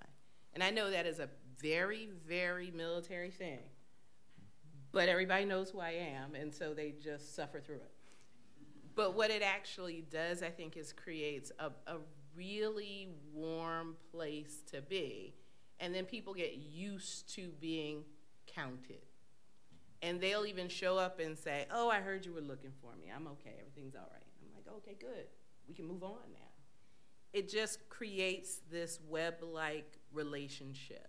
We don't have to be buddy-buddies. I just need to know my eyes were on you today. I want to talk about some of the structural things that we do to complement what Dean Conway and Professor Rothstein have said. I serve, because I'm the Dean of the Law School, I serve on every commission possible that relates to law. Every time the Fourth Circuit appoints a public defender or appoints a bankruptcy judge, the Fourth Circuit's rules say that a dean from a law school in the state shall serve.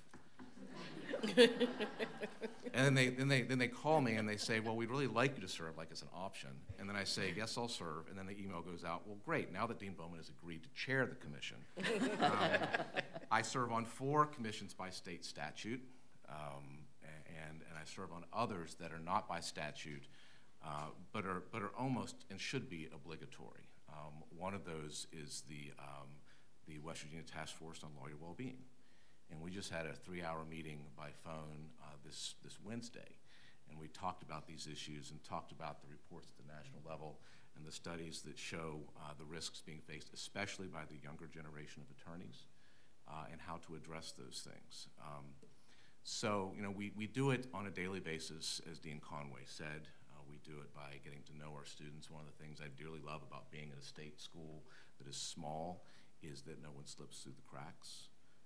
Like Cheers, everybody knows your name, except we're not drinking beer in class. And we do have a deep sense of caring and mission and purpose. I think being at a state school is actually a great cultural advantage in many ways, in that we know who we are.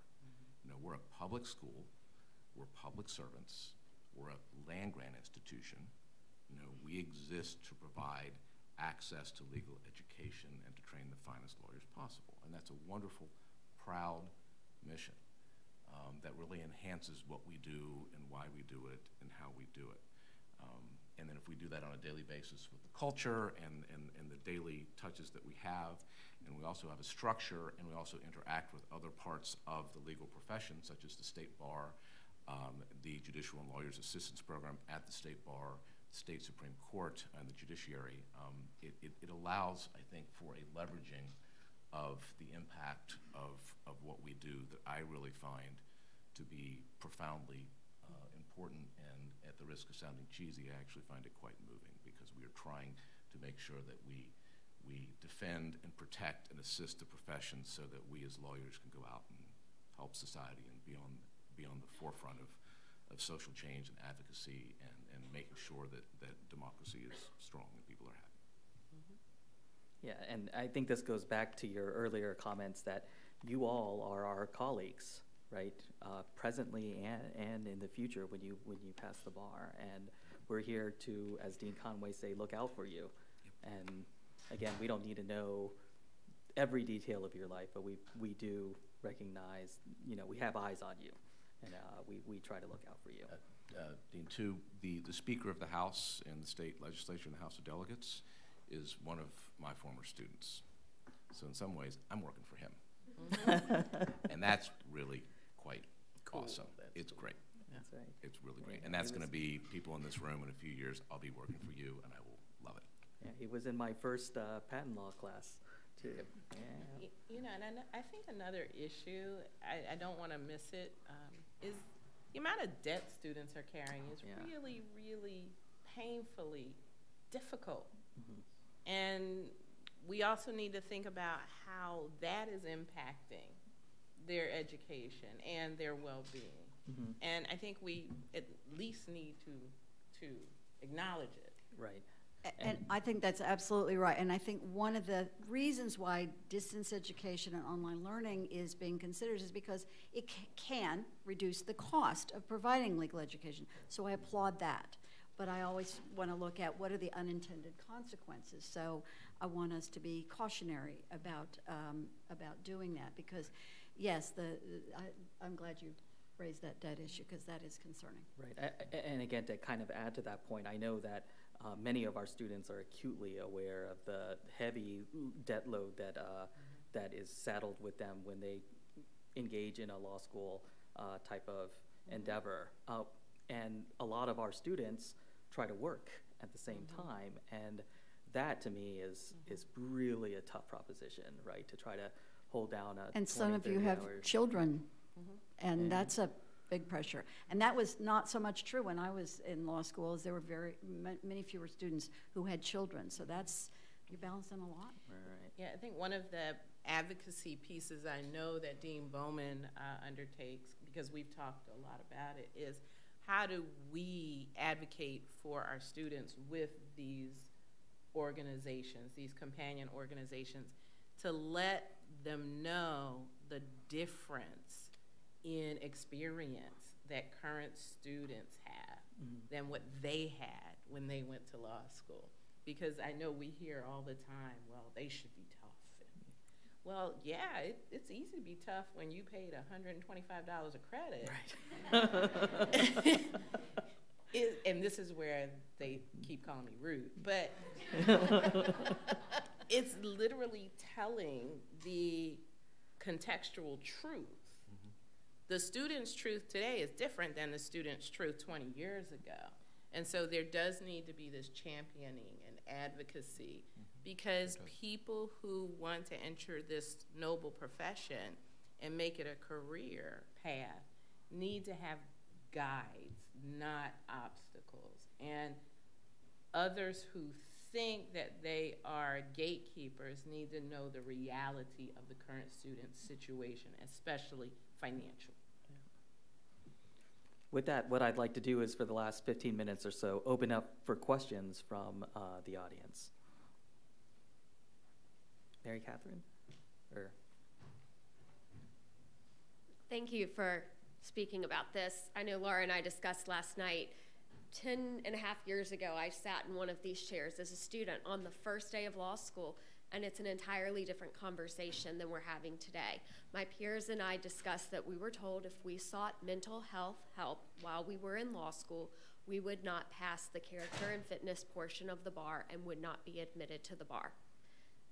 Many of my friends and I chose not to seek mental health help when we needed it. I suffered 2 significant family losses my 2L year and was diagnosed with a medical condition, and I had to self-cope. That we can even have this discussion today puts us leaps and bounds ahead, that there is a well-being committee. But for me, we talk about how these are our colleagues and these are our peers, and that we can't make that better for them is one of the most unfortunate parts, I think, of where we are in our practice, because I can't imagine the degree to which I could have achieved if I had been able to seek that help while I was in law school instead of outside of law school.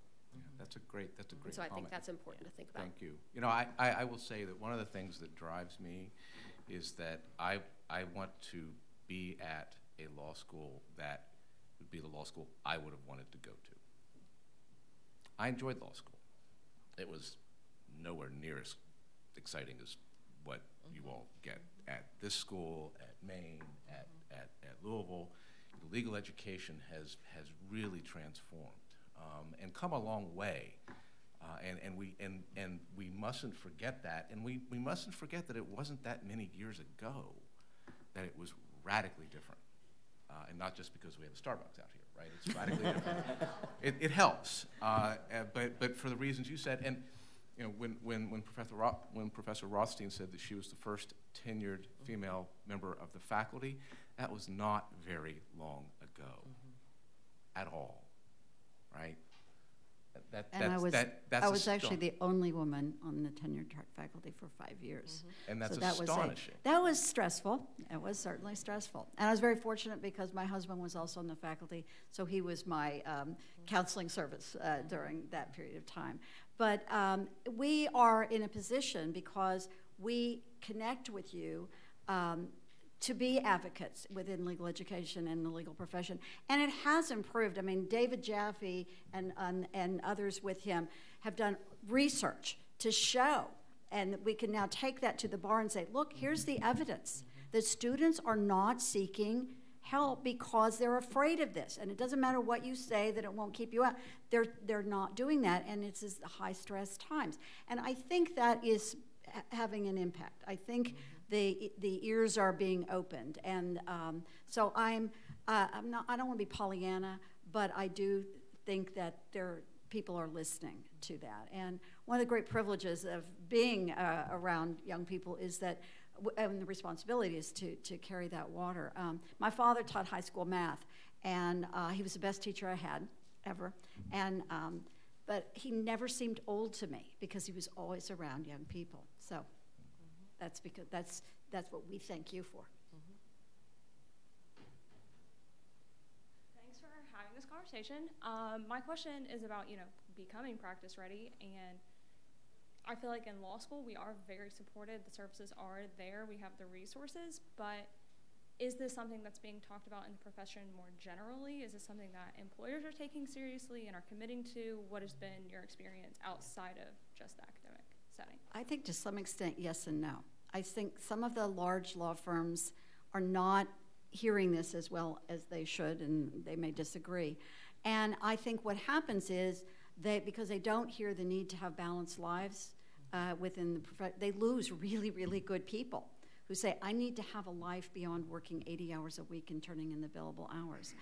I think there's more recognition in some areas and not in others. So I think it's mixed, and you may have different opinions. I have a different opinion only because of the way I approach my leadership. And again, being at the public and only law school in Maine, being the dean has status, but I walked into this deanship saying everybody's gonna know who I am because everybody can see what I am.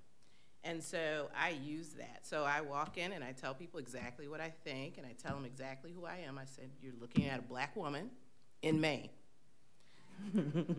Now let me talk to you about what this means for an immigrant or a student of color or a woman or male students who have been sexually assaulted. You need to think about in your employment practices how you intend to protect my students. And I have those very direct conversations. And they are received. Now, that doesn't mean it's going to change like that.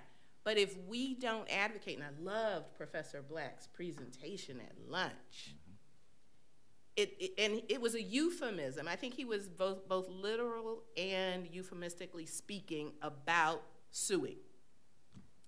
If I, in this position, don't say those very blunt things, then who is? And I actually have cachet because no one wants to upset the black woman in Maine who's the dean of the law school. And so they are a captive audience, but it's my obligation to say it. Well, and you're talking about underrepresented groups, women, minorities, and so on. One of the things that we, and I think they're starting to wake up to this, some of the large firms, is they say, send us more diversity, and, we want more students of color. Like it's a vending machine. And it's, exactly, and it's like, but you have to treat them right to keep them. They may come to your firm. And so that's something that you can carry, but and it is mixed, but where I think the market force is starting to make a difference is clients, big corporate clients say, I'm not hiring this firm unless it has diverse lawyers.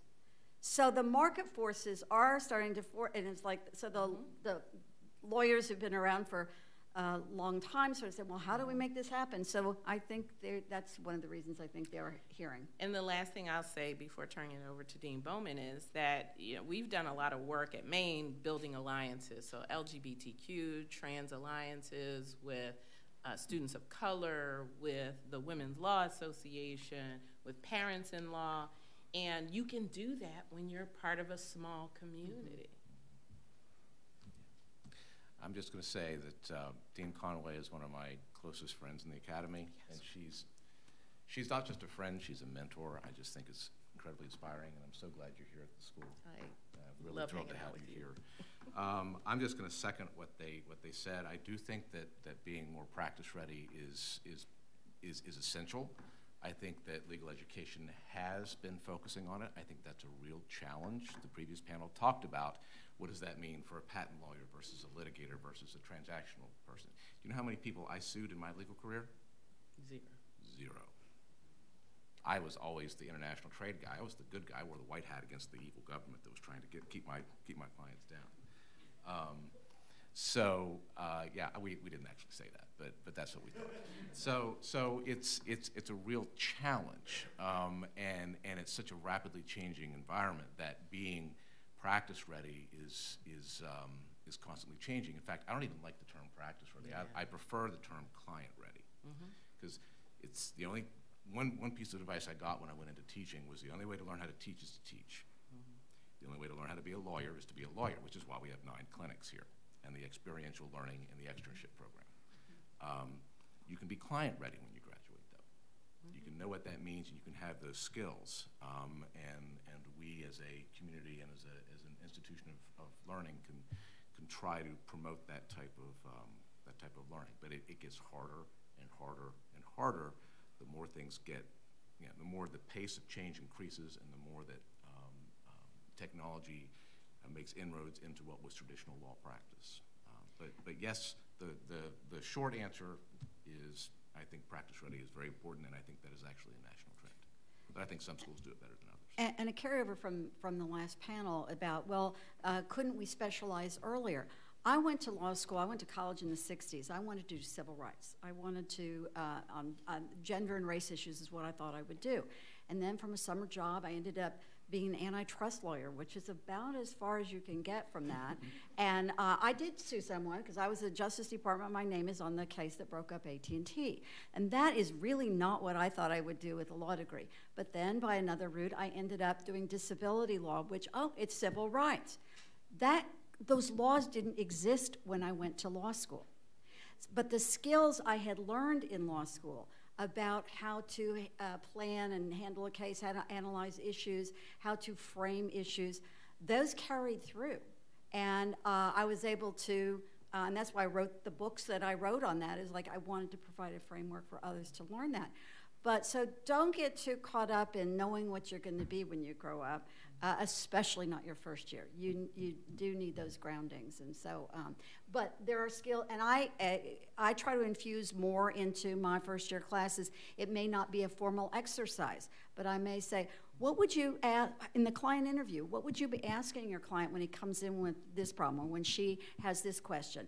I'm a planner, so in property, you get to be really proactive. How would you write the lease differently?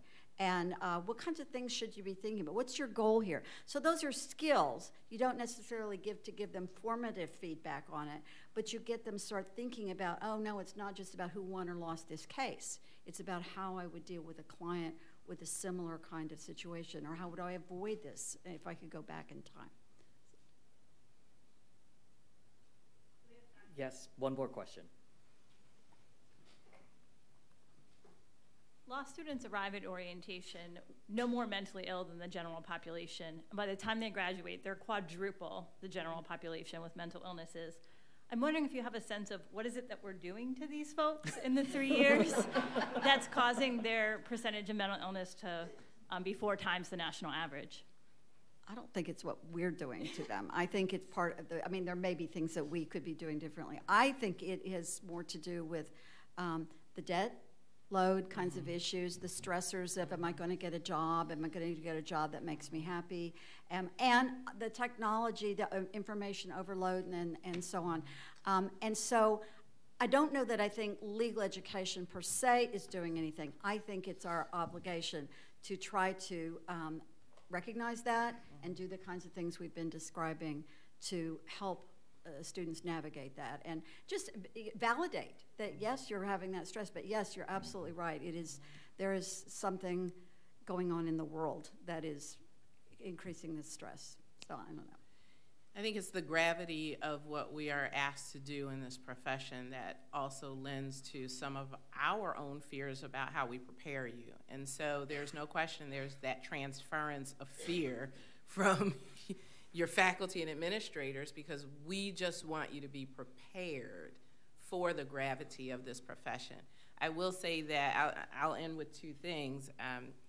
One thing I've tried to do to temper that fear within myself is I actually go jogging with my students. We go out for run club, and it has got to be the most hilarious thing to see me running.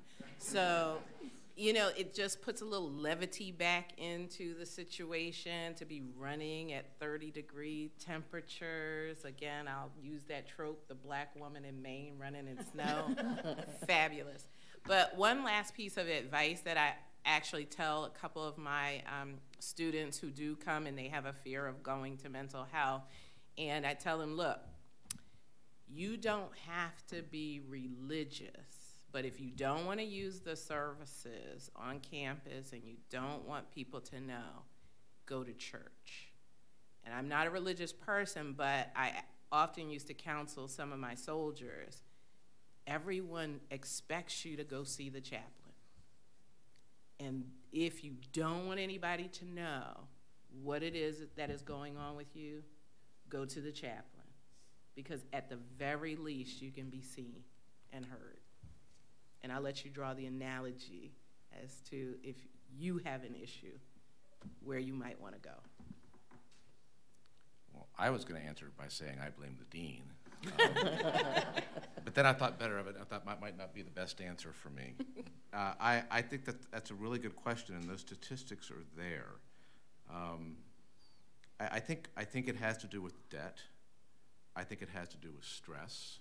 I continue to maintain that the most stressful year of my life was my first year in law school, both because it was like learning a language while I was trying to be immediately fluent in it, that the Socratic dialogue was a hide-the-ball exercise that I was not a particular fan of, and also because I just don't think that undergraduate necessarily prepares you for what law school is, and it was like jumping onto a moving train, and it was really challenging, and I have been busier since, but that transition was really hard. I think some of it, frankly, comes down to, and to riff on what Dean Conway said with religion, it comes down to meaning and purpose, right? So when I teach in the first year, I used to teach contracts every year, and the last day of class, I would give a little speech on the way out, and part of that speech was about, you know, why you're here as law students. You know, some people love law school, and some people think, you know, well, it's okay, and some people are thinking, dear God in heaven, what have I done? What am I doing here? And that may resonate with some of you in the room, and the answer is, you know, that you need to find your meaning in the course, right? You need to find your meaning in your career. And so in administrative law, which I'm teaching this year, and there's some students in the room, you know, I said that this course is the most boring course you will ever take. And I give some examples, but then I said, if you look beneath the surface, this course is about how we govern ourselves as a nation and as a society. It is one of the most exciting things that we will ever talk about. What we do as lawyers, dotting I's and crossing T's, and what we do in putting together contracts and complaints and learning skills, those in and of themselves may not be exciting. Some of them are fun, some of them aren't. But the meaning of what we do is important. And I think that sometimes in legal education, we lose sight of that in the crush of daily obligations. I think we lose sight of that when we're doing the source and cites on law review. I think we lose sight of that when we're prepping for class or getting ready for a final. That is challenged. That is part of mindfulness, is to step back and to realize what we are all about. We all have a common purpose and mission. That's made harder by the fact that in law, we're on all sides of every issue. I sometimes wish I were the dean of a business school, because I could say, yay business, right? You know, yay law, right? We're on every side of every issue. Some of you will be on the plaintiff side, some will be on defense side, some will be in private practice, some will be in government. We're all over the place on every side of every issue, which makes us sort of fractious. But there's a meaning there, and I think we need to have that meaning in our lives. Nobody came to law school just so they could live by the billable hour. Nobody said, when I grow up, I want to take 1/3 cut plus expenses, right? Nobody said that. You came to law school because you wanted to make change, right? You wanted to make a difference. You wanted to be the change you wish to see in the world. That's why we came to law school. And somewhere along the way, we sometimes forget that. I was guilty of that, right? And part of the reason I got back into teaching was because I remembered it. And I'm sorry. So I think that meaning and losing meaning, forgetting that meaning, is a real part of the crisis as a cultural matter in law schools, and I think that contributes to what Professor Trichter was saying about depression and people feeling lost. I think it contributes to people not going to law school as much as they used to. The admissions are still down by half from what they were 8-9 years ago. One of the skills that you're developing, along with how to be a lawyer, I had an alum from Louisville a few years ago who was getting a big award, and he came and talked to the faculty, and he said, I'm on a lot of boards of things, and I can go into a room and I know immediately who is a lawyer in the room, because we develop this skill, and I can't describe how we develop it, about breaking down problems and analyzing things, and those are valuable for your own individual lives as well as your legal work. And I want to give a shout out to my mental health counselor.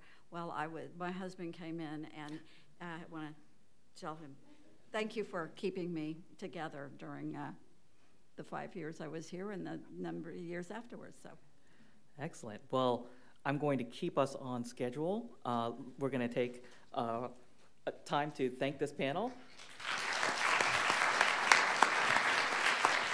And what we're going to do is take a 5-minute break and then come back for a 3:50 on-time start. Thank you. It was very That was fun. Thank you for being here.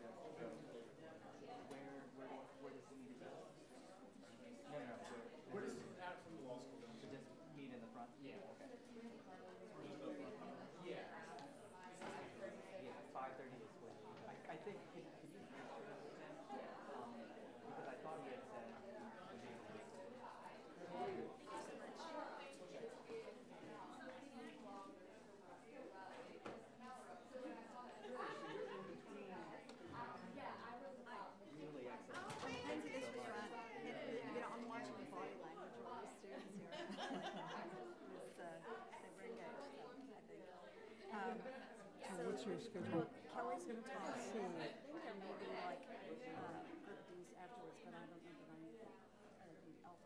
But I want to stay for that. So it's okay.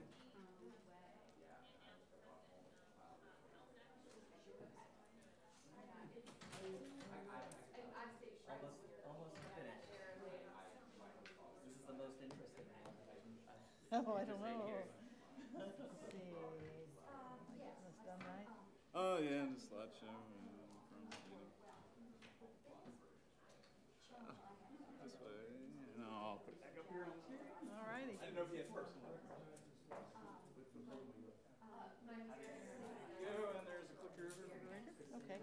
Can I turn this a little bit so it's more like out here? Yeah, that's great. Thank you.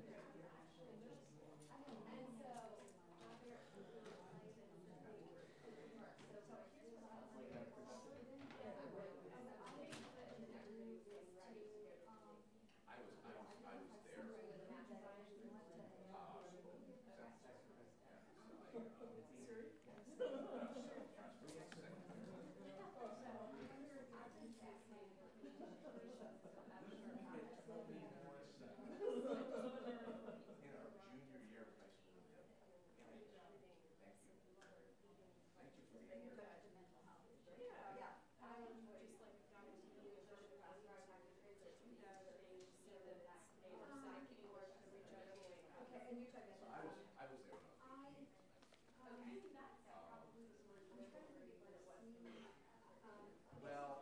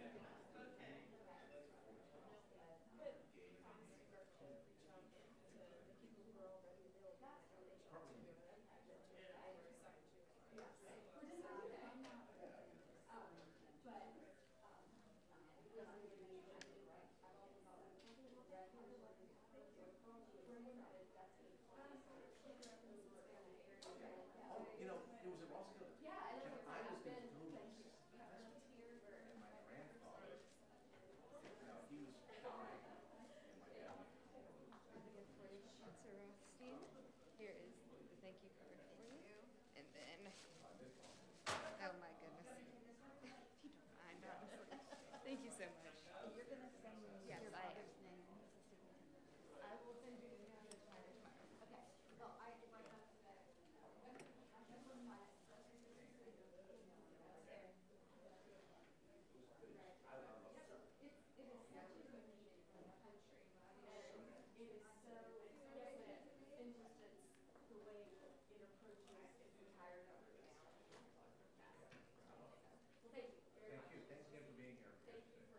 Panel.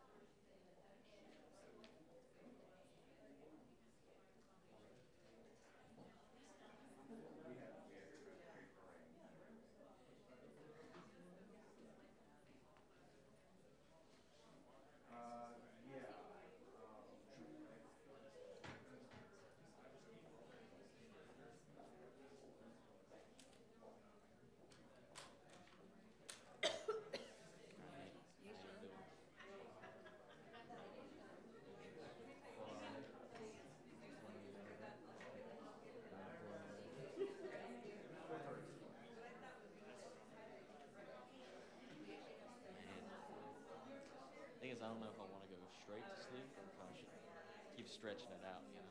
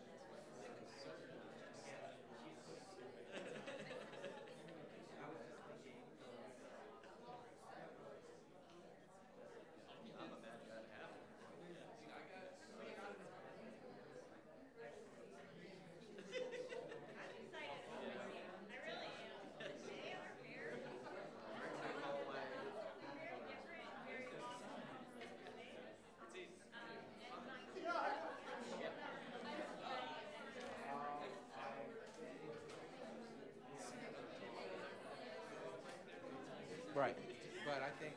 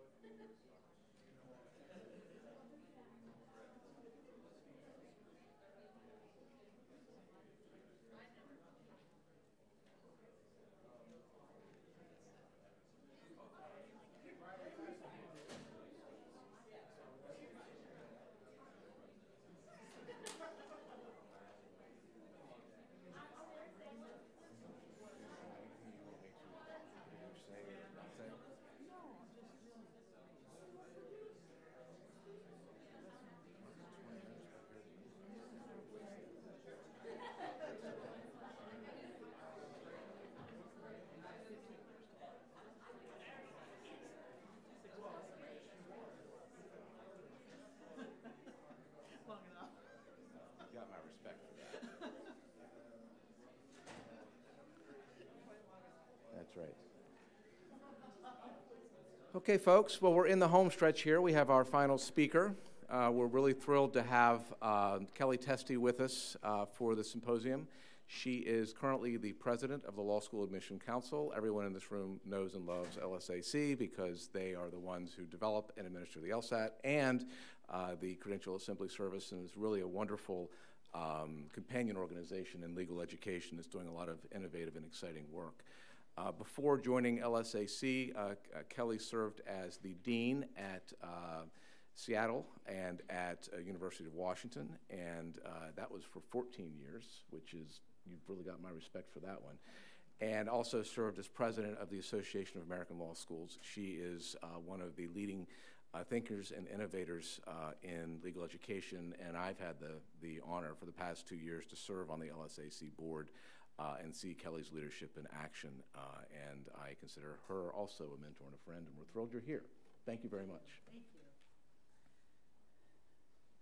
Well, good afternoon, everyone. It's great for you to still be here at this time on a Friday, so thank you for that. And Dean Bowman, I thank you so much for that introduction, very kind one. And you should all realize he's actually my boss since he's on the board. So if I mess the speech up, you know, who knows if I'll be the president tomorrow. But, you know, no anxiety, right? We don't worry. Yeah, law does anxiety well. I was thinking when I was listening to this panel that as now the leader of the Law School Admission Council and a group that worries a lot about how schools use our test, we have a fair amount to talk about with regard to anxiety, but I'll get there in a moment. I want to say first just a huge thanks to the school and huge thanks to the Law Review, all the students, and everyone who's been part of this program. It's been, for me, like being a kid in a candy store all day, getting to talk about education the entire day. And I think it's been a wonderful program, and I really appreciate it. My role is to kind of try and tie together a little bit some of what we did in the morning and what we did in the afternoon, and to just leave you with some concluding thoughts. And I do face that task with a little bit of trepidation, I have to say. I feel like I just watched an amazing basketball game, and now I'm supposed to explain why that layup was really cool, or why the shoe blew out, or whatever it might be. But it is, I always enjoy talking about education, and I want to start with saying that the reason why I enjoy that so much is, for me, education is really, I would say, really deeply sacred. I, have been, as Greg noted, a dean and professor, but I wouldn't have always guessed that. I'm a first-generation college grad in my family.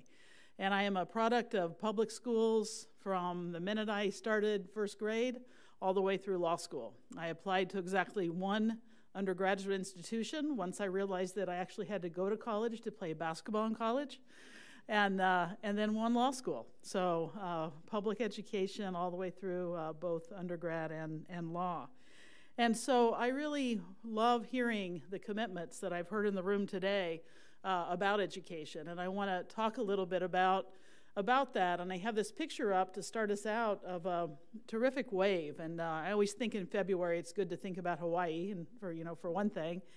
But some of you may know who follow waves and surfing that waves that curl in like this are called pipelines. And a lot of what we talk about in education, and certainly a driving point for me in thinking about the work of LSAC today, is building the pipeline to justice and building the future of justice. So that's a metaphor that I think a lot about.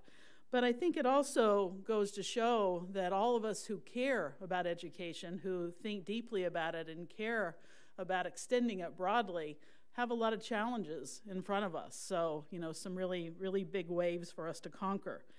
Now, as we do that, I want to say that it's been such a pleasure to be in this building today, because as we talk about those issues, it's been so clear that we really do here, and many of us out there do share this common goal. When we work in education or we work in law, that's what we care about. We want to build a better world. We want a world where everyone can thrive. We want fairness and opportunity and just the ability to flourish as humans and people, and to create that for others. And so I think it's always good for us to remember that that is, in fact, the big picture of what we're all trying very, very much to do. And I wanted to share this quote as we begin this conversation at the end of the program, because Justice Sonia Sotomayor is certainly one of the heroes of mine, and I know of many in law. And she really understands, and this quote I think shows that looking at education and equality more broadly are very linked. Until we get equality in education, we won't have an equal society. That promise of equal justice that we seek under our Constitution is very, very much, I believe, bound up in questions of equality in education and in that shared goal. And I want to say that I don't think it's a coincidence that right now, when you think about the challenges to law and you think about the challenges to education, those are coming very deeply at a time when wealth inequality in our society is so steep and getting steeper.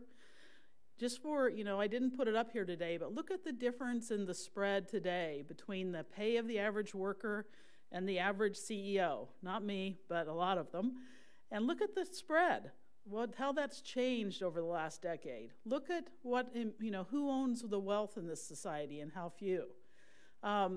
Challenges to legal education, as Dean Bowman mentioned, steep drops in the number of people coming to law school, coming at that time. Likewise, I don't think it's a coincidence that these challenges to the law and what it means to be educated are coming at a time when the demographics of our world are changing, where very soon will be, as they say, majority minority in this country.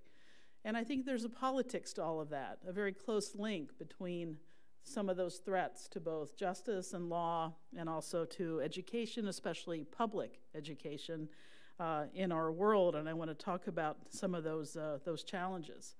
So as we've heard today, when we start to look at how to promote public education more broadly, and how to promote very high quality education and law, certainly a lot of challenges that we have, and I don't want to dwell on these. I'm going to move through these quickly because we've heard a lot about them today, and I want to end on sort of a what might we really do about all this note.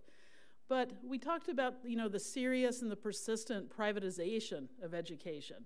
Same with law. Why does no one go to trial? Why does no one go to court?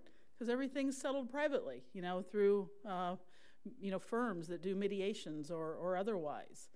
So much you hear about, contracts that give away your rights to go to court, right? So both in law and education, a lot of moves toward putting it out of the public realm and into the private realm. We've talked about the deepening social and economic inequality that plagues our country and our world. And we see a really deep erosion of what I think of as respect for the public, respect for government, respect for law even, and legal institutions. The idea of the public square, the sphere of the common good. We don't lift that up today and respect it, I think. And that's something that I think has really hurt our efforts both at law and at education. It's politicized too. There's so many things today that show that many people think that there's always a politics to education, and it's become an issue that's divided us across aisles. And that is so unfortunate. I think that's very new. Wanting to support people to get a public education of high quality used to not be an R or a D issue. We all thought that was a good idea, right? And so today you see a deep politicization of the idea of education, particularly higher education. And then, of course, the other challenge that we all have is technology, for good and for ill. Now, I'm one of those people who can barely live without her cell phone in her hand. So, I spent many years in Microsoft's backyard in Seattle. I'm not tech phobic. I believe in much of its transformative potential. But it's certainly a force that's moving really fast, that's impacting the way we live and work together and the way we interact, that I think we need to take account of.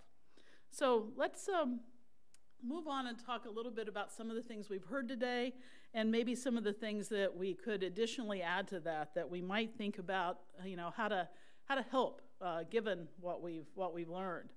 Well, I want to start with politics. One of the questions that we ask in law schools a lot is, what's the difference between law and politics? Is there a difference?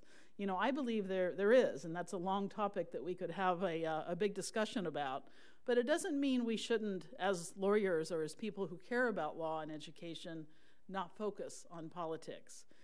We heard today about the need for activism, for a relentless focus on support for education in electoral politics. And I think there, at all levels, federal, state, local, from the school board all the way up through the Supreme Court, a focus on politics to support education. I also think the activism generally for the issue I mentioned about lack of interest in and support for the common good is so critical for us today in terms of urging that it isn't always just about individuals, that there is, as they say, a we that's greater than the me, and that policies that promote the common good, that ask us to think about that together and to work for it together, are ones we should be advocating for regardless of who it is that's serving us.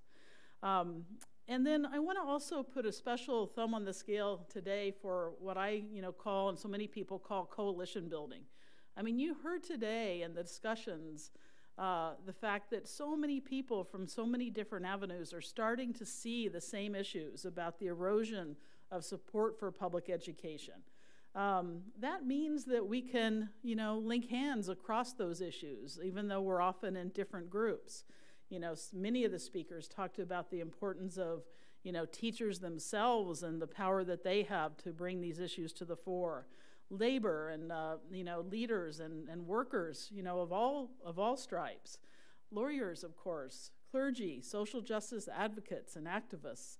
And they're on any number of range of issues, whether it's criminal justice, racial justice, because so many of these issues are linked, I think, as we all know. Today a focus on mass incarceration, as an example, certainly is also a focus on issues that we see in our educational pipeline. And so linking those many issues together and working across perhaps other differences to find this common ground, I believe is so vital.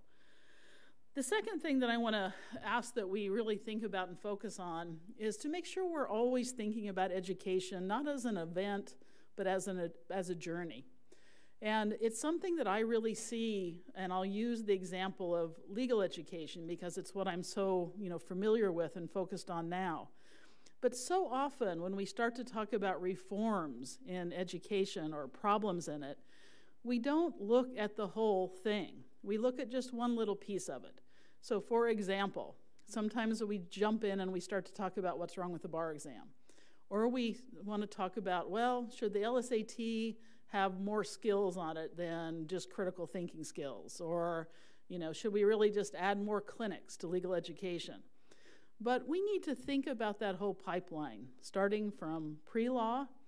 And there, really, we have to go all the way back to pre-K to talk about that pipeline, because that's where inequality starts. That's where educational inequality starts, and it persists. And so we need to think about that pipeline, that whole pre-law, that whole issue of educational equality from the get-go. We also need to think about then the admission process itself. We often feel that we're in a very odd situation as a company that writes the most respected test of critical thinking in the world, that we have to constantly say, it is good, but not that good. Don't use this as the one factor in admission. Use it as a factor, right? That's something that's so widely misunderstood. And many people will advocate for not using a test in admission, not understanding that the weight of all research shows that without a standardized test in admission, you reinscribe bias right back into the admission process. In fact, that's the whole reason the LSAT was created in the first place, was that we were seeing 70-some years ago that without it, blacks, Jews, women, many people were being kept out of legal education because admission was done solely on the basis of where'd you go to school, who wrote your recommendation letter, what activities that are probably expensive did you get to do when you were in high school.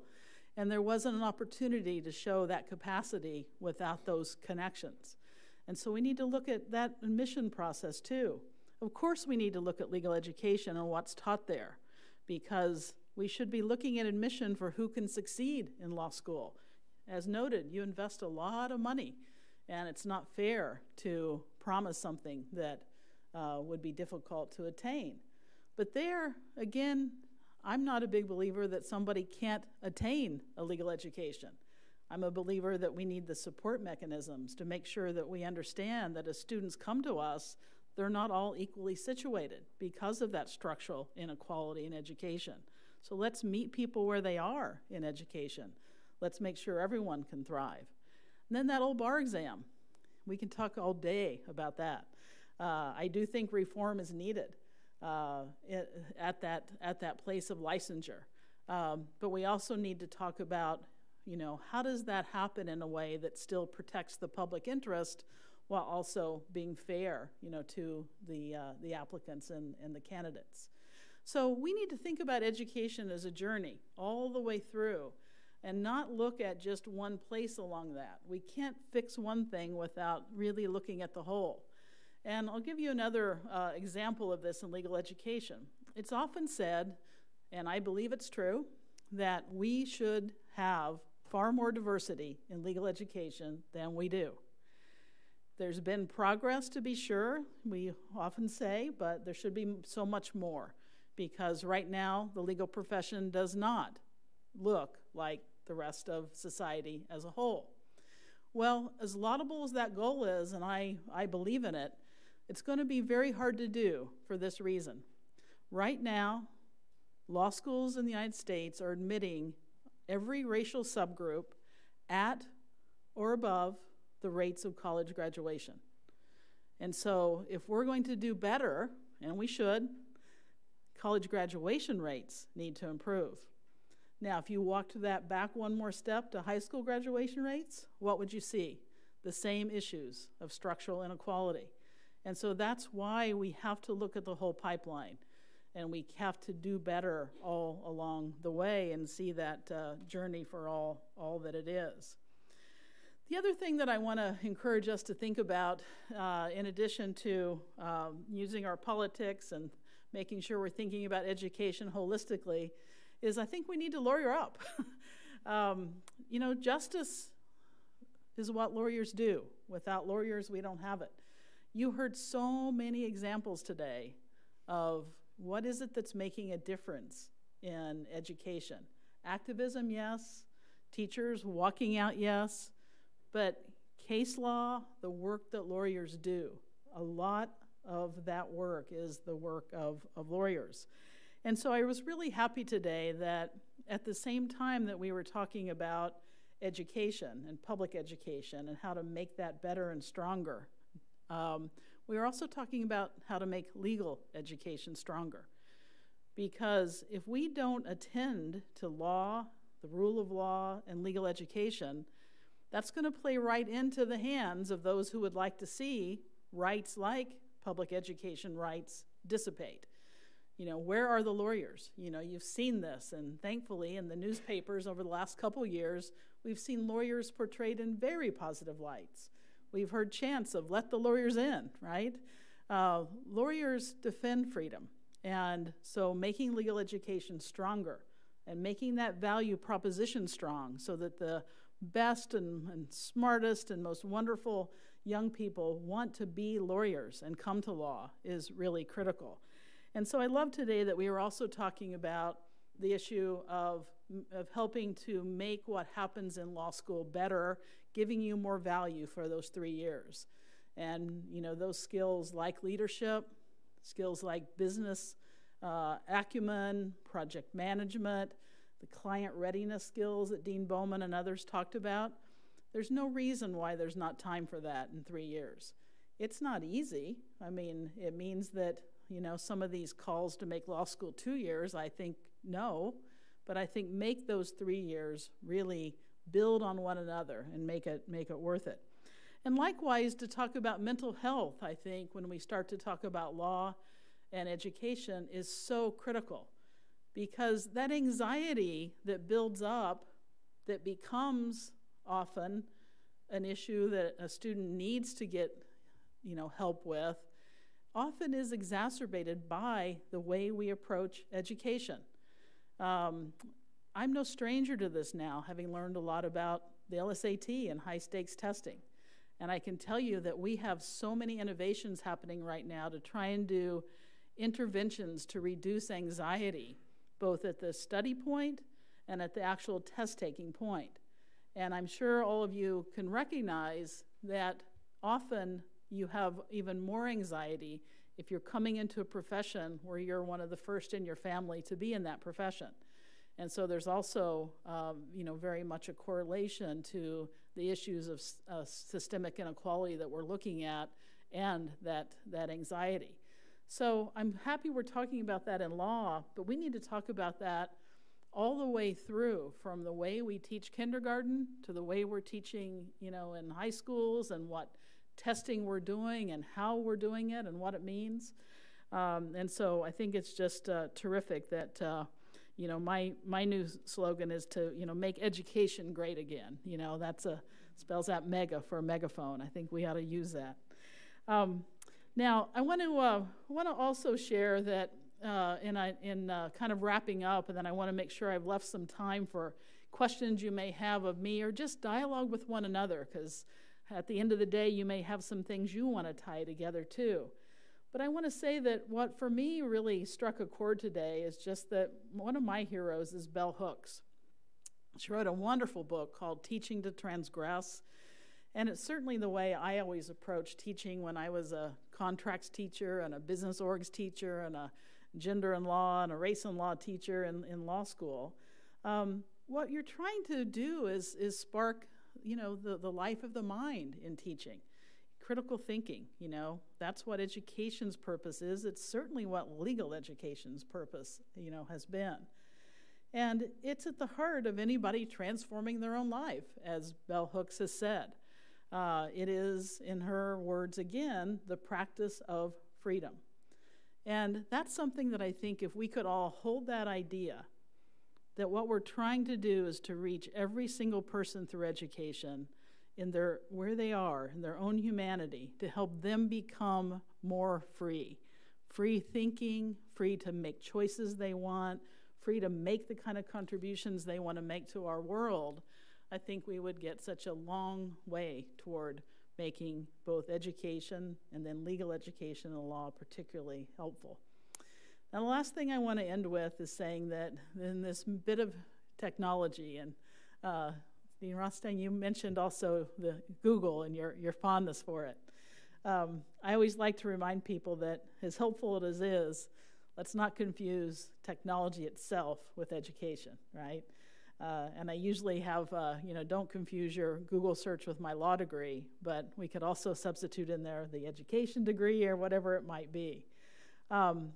There's so much change happening in technology and the way education's being done. And one of the things I think that we're really going to need to think about is as it becomes more and more something that happens either in an online format or in a blended format where people might be less, in the same room together, at least physically. I think that's a whole nother topic that we need to maybe do round 2 on a conference on. And what does that mean for some of the issues that we've been, talking here about today?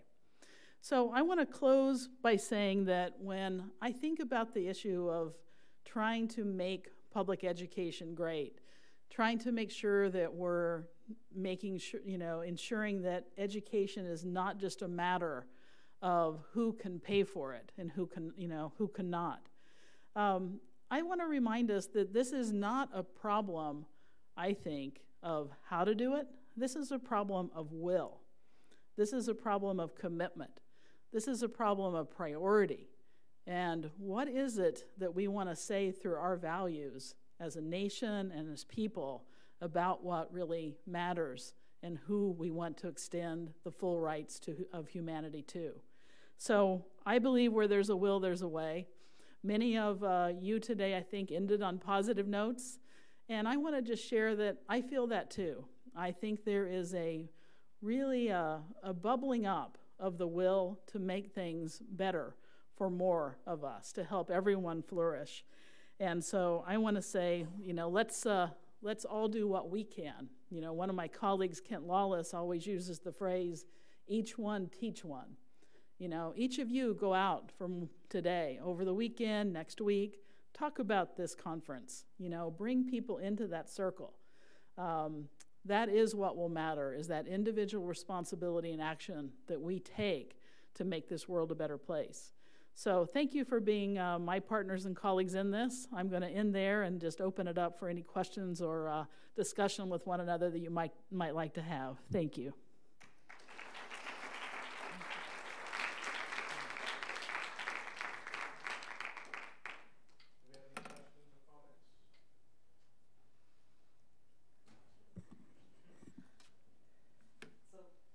Just wondering, what are some of the things LSAC is trying to do to increase diversity and access to a legal education?